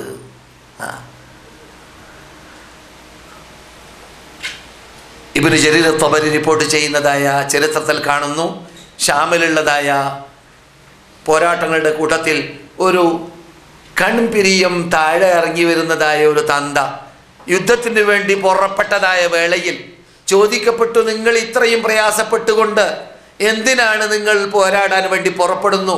നിങ്ങൾക്കിപ്പോൾ പറയും പോലെ നിങ്ങൾക്ക് ചടഞ്ഞുകൂടി ഖുർആൻ പാരായണം ചെയ്തുകൊണ്ട്, ദിക്ർ ചെയ്തുകൊണ്ട്, ചൊല്ലിയും കൊണ്ട്, നമസ്കരിച്ചുകൊണ്ട്, രാത്രി ഹയാത്താക്കിയും കൊണ്ട് ജീവിച്ചാൽ പോരെ? മറുപടി അല്ല, ഇൻഫിറു ഖിഫാഫൻ വസിഖാല, ബാല്യപ്രായത്തിലാണെങ്കിലും വയസ്സ് പ്രായത്തിലാണെങ്കിലും നിങ്ങൾ അള്ളാഹുവിൻ്റെ വഴിയിൽ പോരാടാൻ രംഗത്തിറങ്ങണമെന്ന ആയത്താണ് ഞങ്ങളെ പുറപ്പെടുവിച്ചത് എന്ന് മറുപടി കിട്ടിയെന്നാണ്. ലാ തുൽഖൂ ബിഅയ്ദീകും ഇല തഹ്ലുക, പണ്ട് തന്നെ സംഭവിച്ചു. എന്ത്? ചില ആൾക്കാർ അർത്ഥം വെച്ചു. റോമിലേക്കെത്തി നമ്മുടെ പട്ടാളം, റോമൻകാർ കീഴടക്കുന്ന നാട്ടിലേക്കെത്തി നമ്മുടെ സേന. കുസ്തന്തീനിയ എന്ന് പറയുന്ന ഇപ്പോൾ അവിടെ നമുക്കറിയാവുന്നതായ തുർക്കിയിലുള്ളതായ ഭാഗം, യൂറോപ്പാണത്. ആ ഭാഗത്തിലേക്ക് എത്തിയപ്പോൾ റോമൻകാരുടെ സേനയിലേക്ക് ഒരു മുസ്ലിം വീരയോദ്ധാവ് കടന്നു ചെന്നപ്പോൾ ചിലർ പട്ടാളക്കാരനിട്ട് ചിലർ ഈ ആയത്തിനെ മനസ്സിലാക്കാൻ പറ്റാത്ത രൂപത്തിൽ പറഞ്ഞു. എന്താണ്? ലാ തുൽഖൂ ബിഅയ്ദീകും ഇല തഹ്ലുക, നിങ്ങളുടെ ശരീരത്തെ അപകടത്തിൽ നിങ്ങൾ വലിച്ചെറിയരുത് എന്നുള്ള പറഞ്ഞിട്ടില്ലേ എന്ന വാക്ക് പറഞ്ഞു. അപ്പോൾ മഹാനായ അബൂ അയ്യൂബ് അൽ അൻസാരി അത് കേട്ടു. അബൂ അയ്യൂബ് അൽ അൻസാരിനെ സന്ദർശകർക്ക് പരിചയമുണ്ടല്ലോ, നമ്മുടെ ക്ലാസ്സിൽ സ്ഥിരമായി കേൾക്കുന്നവർക്ക് പരിചയമുണ്ടോ എന്ന് ചോദിക്കൽ തന്നെ കുറവാണ്. കാരണം ഞാൻ പഠിപ്പിച്ചുകൊണ്ടേ ഇരിക്കുന്നത് കൊണ്ട് എല്ലാവർക്കും പരിചയമുണ്ടല്ലോ അബൂ അയ്യൂബ് അൽ അൻസാരി. എന്താണ് അയാളെക്കുറിച്ച് നിങ്ങൾക്ക് പറയാൻ പറ്റുക? എന്തെങ്കിലും ഒരു പ്രത്യേകത? നബി സല്ലല്ലാഹു അലൈഹി വസല്ലം മദീനയിൽ വന്നപ്പോൾ താമസിച്ചത് അദ്ദേഹത്തിൻ്റെ വീട്ടിലാണ്. എന്തുകൊണ്ട് അദ്ദേഹത്തിൻ്റെ വീട് സെലക്ട് ചെയ്തു? അദ്ദേഹത്തിൻ്റെ ദൂരം ഒരു കുടുംബമായി വരും. ആര്? അബു അയ്യൂബ് അൽ അൻസാരി. അബുൽ അയ്യൂബ് അൻസാരി ഏത് കബീലക്കാരനാണ്? ബനു നജ്ജാർ ഗോത്രക്കാരനാണ്. ബനു നജ്ജാർ ഗോത്രക്കാരനാണ്. റസൂലുള്ളാഹിന്റെ വാപ്പ അബ്ദല്ല, അവരുടെ വാപ്പ അബ്ദുൽ മുത്തലിബ്, അവരുടെ വാപ്പ ഹാഷിം.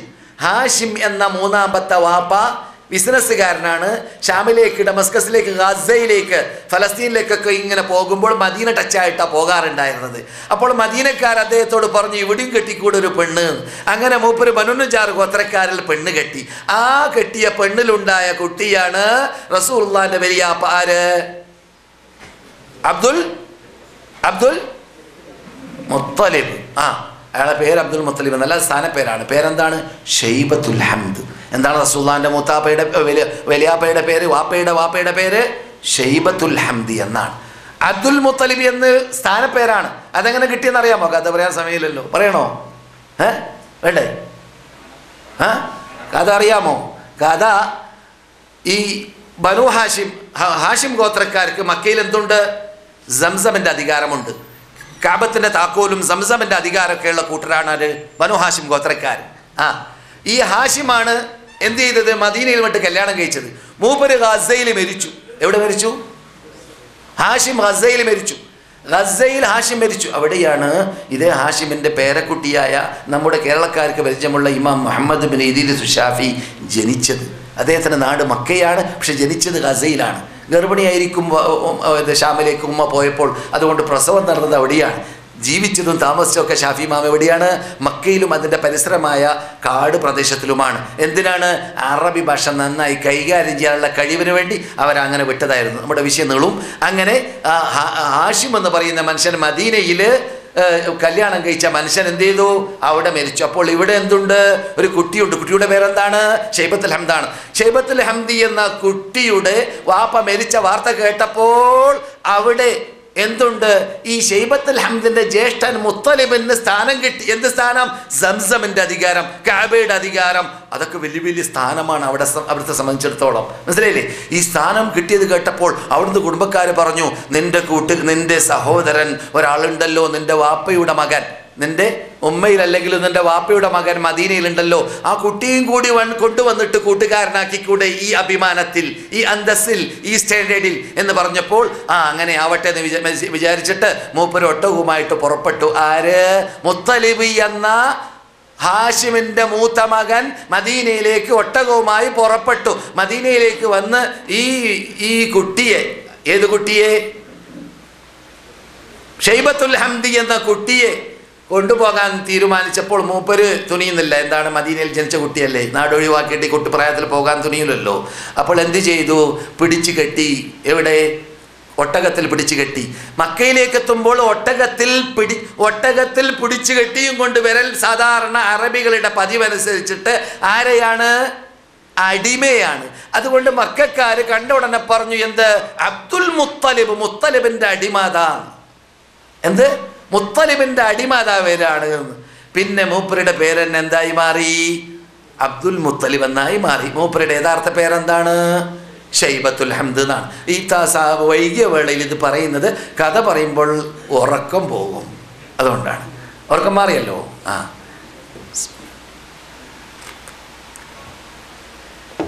അപ്പോൾ ആ ഹാഷിം കല്യാണം കഴിച്ച ബനു നജ്ജാർ ഗോത്രത്തിൽപ്പെട്ട ആളാണ് ആര്? അബു അയ്യൂബ് അൽ അൻസാരി. എത്തിയല്ലോ നാം ചർച്ച ചെയ്ത വിഷയത്തിലേക്ക്. ആ അബു അയ്യൂബ് അൽ അൻസാരി ഇത് കേട്ടപ്പോൾ പറഞ്ഞു, അദ്ദേഹം വളരെ പ്രയാസത്തോടു കൂടിയാണ് റോമിലേക്ക് യുദ്ധത്തിന് വേണ്ടി പോകുന്നത്. അദ്ദേഹം റസൂലുള്ളാഹിന്റെ വലത് ഭാഗത്ത് നിന്നുകൊണ്ട്, ഇടത് ഭാഗത്ത് നിന്നുകൊണ്ട് ബദർ ഉഹദ് പോലത്തതായ സർവ്വ പോരാട്ടങ്ങളിൽ പങ്കെടുത്തുകൊണ്ട് നേടേണ്ട നേട്ടങ്ങൾ നേടിയതായ മഹാ അൻസാരി മുസ്ലിമായ പണ്ഡിതൻ നേതാവാണ്. അങ്ങനെയുള്ള നേതാവ് ഇവിടെ നിന്ന് ബാല്യപ്രായം കഴിച്ചുകൂട്ടി ഇബാദത്ത് മദീനത്തെ പള്ളിയിൽ 1000-ൽ പരം കൂലി കിട്ടുന്ന പള്ളിയിൽ നമസ്കരിച്ചു കൂട്ടി ഇതെല്ലാം ചെയ്തു കൂട്ടിയതായ ആ നേതൃത്വം ഇത് റോമൻകാരുടെ നാട്ടിലേക്ക് യുദ്ധത്തിന് പോകുന്ന കാലഘട്ടം വന്നപ്പോൾ ഇവിടെ നിൽക്കാൻ അദ്ദേഹം തുനിഞ്ഞില്ല. ഓർമ്മ വന്നത് ഇല്ലെങ്കിൽ നിങ്ങൾ ഞാൻ പറയും പോലെ ജിഹാദിന് വേണ്ടി അല്ലെങ്കിൽ പോരാട്ടത്തിന് വേണ്ടി, സേവനത്തിന് വേണ്ടി, തൗഹീദ് സംരക്ഷണത്തിന് വേണ്ടി, ഈ മതത്തെ പ്രചരിപ്പിക്കാൻ വേണ്ടി നിങ്ങൾ ഒരുങ്ങുന്നില്ലെങ്കിൽ നിങ്ങൾ ഒന്നടങ്ങ് ഞാൻ നശിപ്പിക്കും. എന്നിട്ട് ഞാൻ പറയും പോലെ കേൾക്കുന്ന യുഹിബ്ബുഹും, അള്ളാഹ് സ്നേഹിക്കുന്ന, വയുഹിബ്ബൂനഹു, അള്ളാഹിനെ സ്നേഹിക്കുന്ന വിഭാഗത്തെ ഞാൻ ശിക്ഷിച്ചു വിടും. അതാണ് ഈ ആയത്തുകൾ പറയുന്ന ഭാഗം. ഇത് നിങ്ങളെ നശിപ്പിച്ചിട്ട് വേറെ വിഭാഗത്തെ അള്ളാഹ് എന്താ നാം കണ്ടില്ലേ, 30,000 പേരുടെ അഡ്രസ് ഇല്ല. എവിടെ? ജപ്പാനിൽ. കേട്ട് ആസ്വദിക്കാൻ വേണ്ടി പറയല്ല, അവിടെ ഉണ്ടാകും മുസ്ലിങ്ങൾ. എൻ്റെ സഹോദരനെ ഞാൻ പെട്ടെന്ന് വിളിച്ച്, മുഖമുണ്ടായ ദിവസത്തിലോ പിറ്റേ ദിവസത്തിലോ വിളിച്ചു ചോദിച്ചു. ജപ്പാനിയായ എൻ്റെ ഒരു സഹോദരനെ ഞങ്ങൾ വിളിച്ച് അന്വേഷിച്ചു. അദ്ദേഹം പറഞ്ഞു, ഞങ്ങൾ ടോക്കിയോയിലാണ്, ഞങ്ങൾക്ക് പ്രയാസമില്ല, എങ്കിലും അവിടെ മുസ്ലിങ്ങൾ ഉണ്ടാവാം. 30,000-ഓളം വരുന്ന മനുഷ്യന്മാർക്ക് അഡ്രസ് ഇല്ല. 11,000-ൽ പരം മരിച്ചു എന്ന് ലിസ്റ്റ് കിട്ടിയെങ്കിലും മറ്റുള്ളവരെ കാണാനില്ല. എത്ര നിമിഷം കൊണ്ടാണ് സംഭവിച്ചത്? ഒരു 2 മിനിറ്റ് പൂർത്തിയായിട്ടില്ല. 2 മിനിറ്റ് പൂർത്തിയായിട്ടില്ല ഭൂകമ്പത്തിന്. ഇത് നാം കണ്ടതല്ലേ, ഇപ്പോൾ സംഭവിച്ചതല്ലേ നമ്മുടെ ഭൂമിയിൽ. അള്ളാഹ്ക്ക് എന്താ നശിപ്പിക്കാൻ? അള്ളാഹ് പറയുന്നു, എൻ്റെ കൽപ്പന അനുസരിച്ചിട്ട് എൻ്റെ മതം ഏറ്റെടുത്തുകൊണ്ട് ജനങ്ങളിലേക്ക് എത്തിക്കാൻ, അത് പ്രചരിപ്പിക്കാൻ നിങ്ങൾ തുനിയുന്നില്ലെങ്കിൽ നിങ്ങൾ ഒന്നടങ്കം നശിപ്പിച്ചിട്ട് വേറൊരു സമൂഹത്തെ, എൻ്റെ വാക്ക് പാലിക്കുന്നവരെ ഞാൻ ശിക്ഷിച്ചു വിടും. സുബ്ഹാനല്ലാഹ്. അഇസ്സത്തിൻ അലൽ മുഅ്മിനീന, അദില്ലത്തിൻ അലൽ മുഅ്മിനീന, അഇസ്സത്തിൻ അലൽ കാഫിരീന. പിന്നെയോ യുജാഹിദൂന ഫീ സബീലില്ലാഹ്. അതിനപ്പുറമുള്ള നിബന്ധനയും കൂടി പറയാം. പറയുമ്പോഴും നിങ്ങളെ ബാധിക്കുന്ന, സന്ദർശകരെ ബാധിക്കുന്ന ഭാഗം അതിലുണ്ട്. വലാ യഖാഫൂന ലൗമത ലൈം. അള്ളാഹുവിൻ്റെ മതം പ്രചരിപ്പിക്കുന്നതിൻ്റെ മുമ്പിൽ ആക്ഷേപിക്കുന്നവരുടെ ആക്ഷേപം അവർ കൂട്ടാക്കുന്നതല്ല, പേടിക്കുന്നതേ അല്ല, ഭയമില്ല. അവർക്ക് ഭയം എന്ന് പറയുന്നത് അറിയില്ല. അതാണ് യഥാർത്ഥ മോമിൻ്റെ സ്വഭാവം. ഈ സ്വഭാവം ഓരോരുത്തരും ചോദിക്കുക, എന്നിലുണ്ടോ?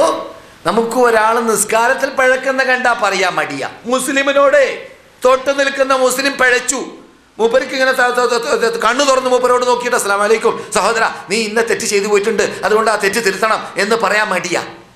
പിന്നെയല്ലേ നമ്മുടെ മതം പ്രചരിപ്പിക്കാൻ രംഗത്തിറങ്ങുക, പിന്നെയല്ലേ ദഅവത്ത് നടത്താം, പിന്നെയല്ലേ സത്യം പറയാ, പെറ്റോമാക്ക് പറ്റാത്ത കാര്യം പറയാ.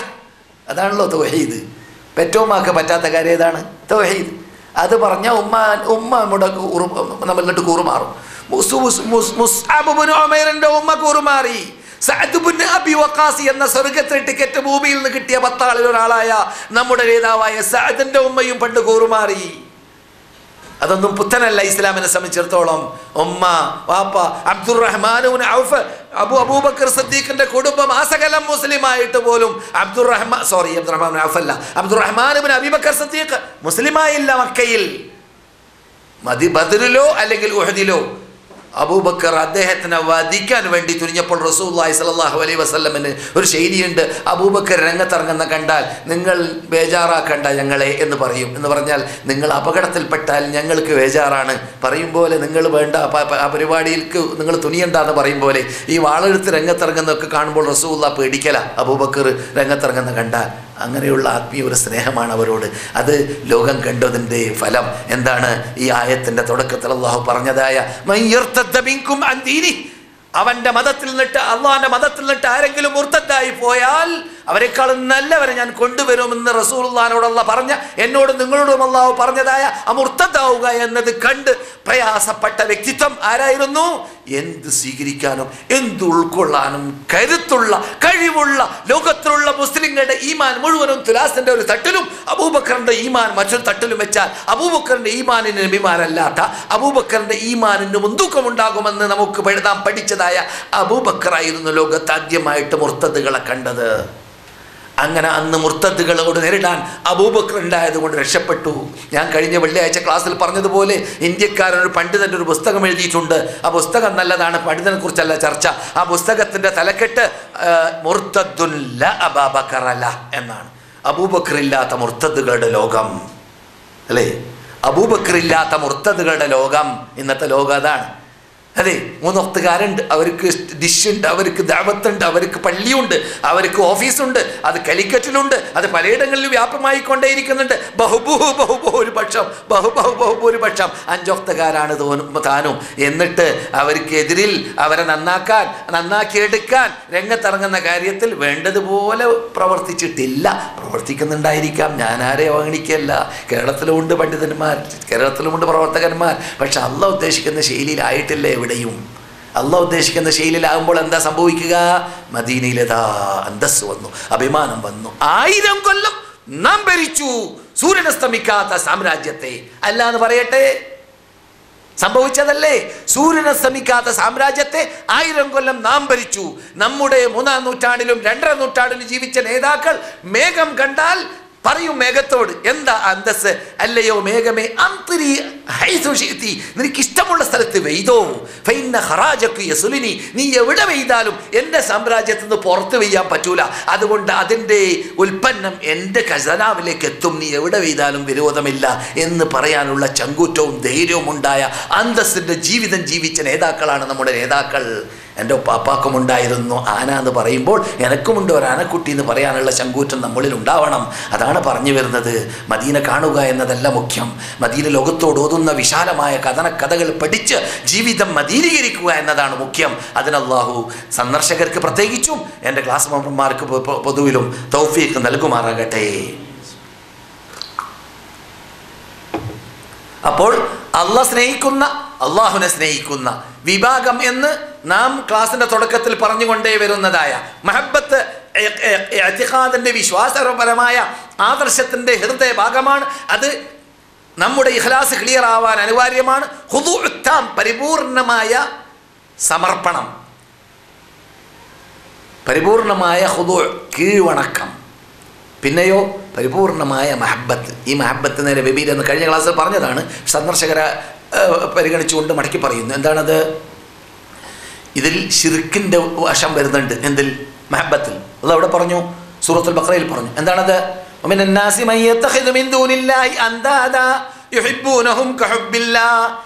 മനുഷ്യന്മാരിൽ ചിലരുണ്ട്. കഴിഞ്ഞ ആഴ്ചയിലല്ല ഞാനിത് പറഞ്ഞത്, കഴിഞ്ഞ ക്ലാസ്സിൽ ഈ വിഷയം പറഞ്ഞ ക്ലാസ്സിൽ. മനുഷ്യന്മാരിൽ നിന്നിട്ട് ചിലരുണ്ട്, അവർ അള്ളാഹു അല്ലാത്തവരെ ശിർക്ക് വെക്കുന്നു, അള്ളാഹിൻ്റെ കൂടെ പങ്കു ചേർക്കുന്നു. എന്തിൽ? സ്നേഹത്തിൽ. അപ്പോൾ സ്നേഹത്തിൽ ശിർക്കുണ്ട്. എങ്ങനെയാണത്? യുഹിബ്ബൂനഹും കഹുബ്ബില്ലാ, അവർ അള്ളാഹിനെ സ്നേഹിക്കുമ്പോൾ ശിട്ടികളെ സ്നേഹിക്കുന്നു. അള്ളാഹിനെ സ്നേഹിക്കുന്നതിൽ എന്തുണ്ട്? ആരാധനയുണ്ട്, വിളിച്ച് പ്രാർത്ഥനയുണ്ട്, നേർച്ചയുണ്ട്, അറവുണ്ട്, കീഴ്വണക്കമുണ്ട്, അമിതമായ മഹബത്തുണ്ട്. അതെവിടെയില്ല? റസൂലുള്ളാഹിനോടില്ല. റസൂലുള്ളാഹിനോട് അനുസരണമുണ്ട്, അന്ധമായ അനുകരണമുണ്ട്. കേൾക്കണം ഇല്ലേ? നിങ്ങൾ മക്കയിൽ പോയപ്പോൾ ഹജറുൽ അസ്വദ് ചുംബിച്ചില്ലേ? എന്താണത്? അന്ധമായ അനുകരണം. എന്തുകൊണ്ട്? ഉമർ അങ്ങനെയാ പറഞ്ഞത്. റസൂലുള്ള ചുംബിച്ചുകൊണ്ട് ഞാൻ ചുംബിക്കുന്നു. റസൂലുള്ള ഓടിയാ ഓടും, ചാടിയാ ചാടും, എറിഞ്ഞാൽ എറിയും, കുടിച്ചാ കുടിക്കും. റസൂൽ ചെയ്തതിന് മുമ്പിൽ ചോദിക്കാനുള്ള അധികാരം അവകാശമോ എനിക്കില്ല. കാരണം മതത്തിൽ അവരുടെ ഇഷ്ടാനുസരണം ഒന്നും പറയില്ല. മാ യന്തിഖു അനിൽ ഹവാ, ഖുർആൻ പറയുന്നു, ഇൻ ഹുവ ഇല്ലാ വഹയ്യുൻ യൂഹാ, വഹയ്യാണ് റസൂൽ പറയുന്നത്. അങ്ങനെയാണ് അന്ധമായി അനുകരിക്കും, റസൂലുള്ളാഹിനെ അനുസരിക്കും, റസൂലുള്ളാഹിന്റെ സ്തുതികീർത്തനങ്ങൾ പഠിക്കും, അത് ജീവിതത്തിൽ പകർത്തേണ്ട ഭാഗങ്ങൾ പകർത്തും. എന്നല്ലാതെ റസൂലുള്ളാഹിനെ പൂജിക്കാനോ റസൂലേ ശഫാഅത്ത് തരണമെന്ന് ഇവിടുന്ന് പറയാനോ പാടുണ്ടോ? പാടില്ല. എന്തുകൊണ്ട്? നന്മയും തിന്മയും ചെയ്യാനുള്ള കഴിവ് ഇവിടെയുള്ള ഒരു മഖ്ലൂഖിനും അള്ളാഹു നൽകിയിട്ടില്ല. അത് അള്ളാഹിൻ്റെ കഴിവാണ്. അതാണ് അള്ളാഹു 6 കാര്യം ജിബ്രീലിനോട് മനുഷ്യകോലത്തിൽ ഇറക്കിയിട്ട് പഠിപ്പിക്കാൻ. നിങ്ങൾ കണ്ട മദീനത്തെ പള്ളിയിൽ പഠിപ്പിച്ച ഹദീസ് പഠിച്ചിട്ടുണ്ടല്ലോ ചെറുപ്പത്തിൽ. എന്താണ്? ജിബ്രീൽ ചോദിക്കുന്നു മനുഷ്യകോലത്തിൽ റസൂലിനോട്, മൽ ഈമാൻ, എന്താണ് ഈമാൻ കാര്യം? റസൂൽ മറുപടി നൽകുന്നു ജിബ്രീലിനോട്. എന്ത്? അൻതുമിന ബില്ലാഹി വ മലായികതിഹി വ കുതുബിഹി വ റസുലിഹി വൽ യൗമിൽ ആഖിരി ചലു വൽ ഖദ്റു ഖൈരിഹി വ ശർരിഹി മിനല്ലാഹി തആല.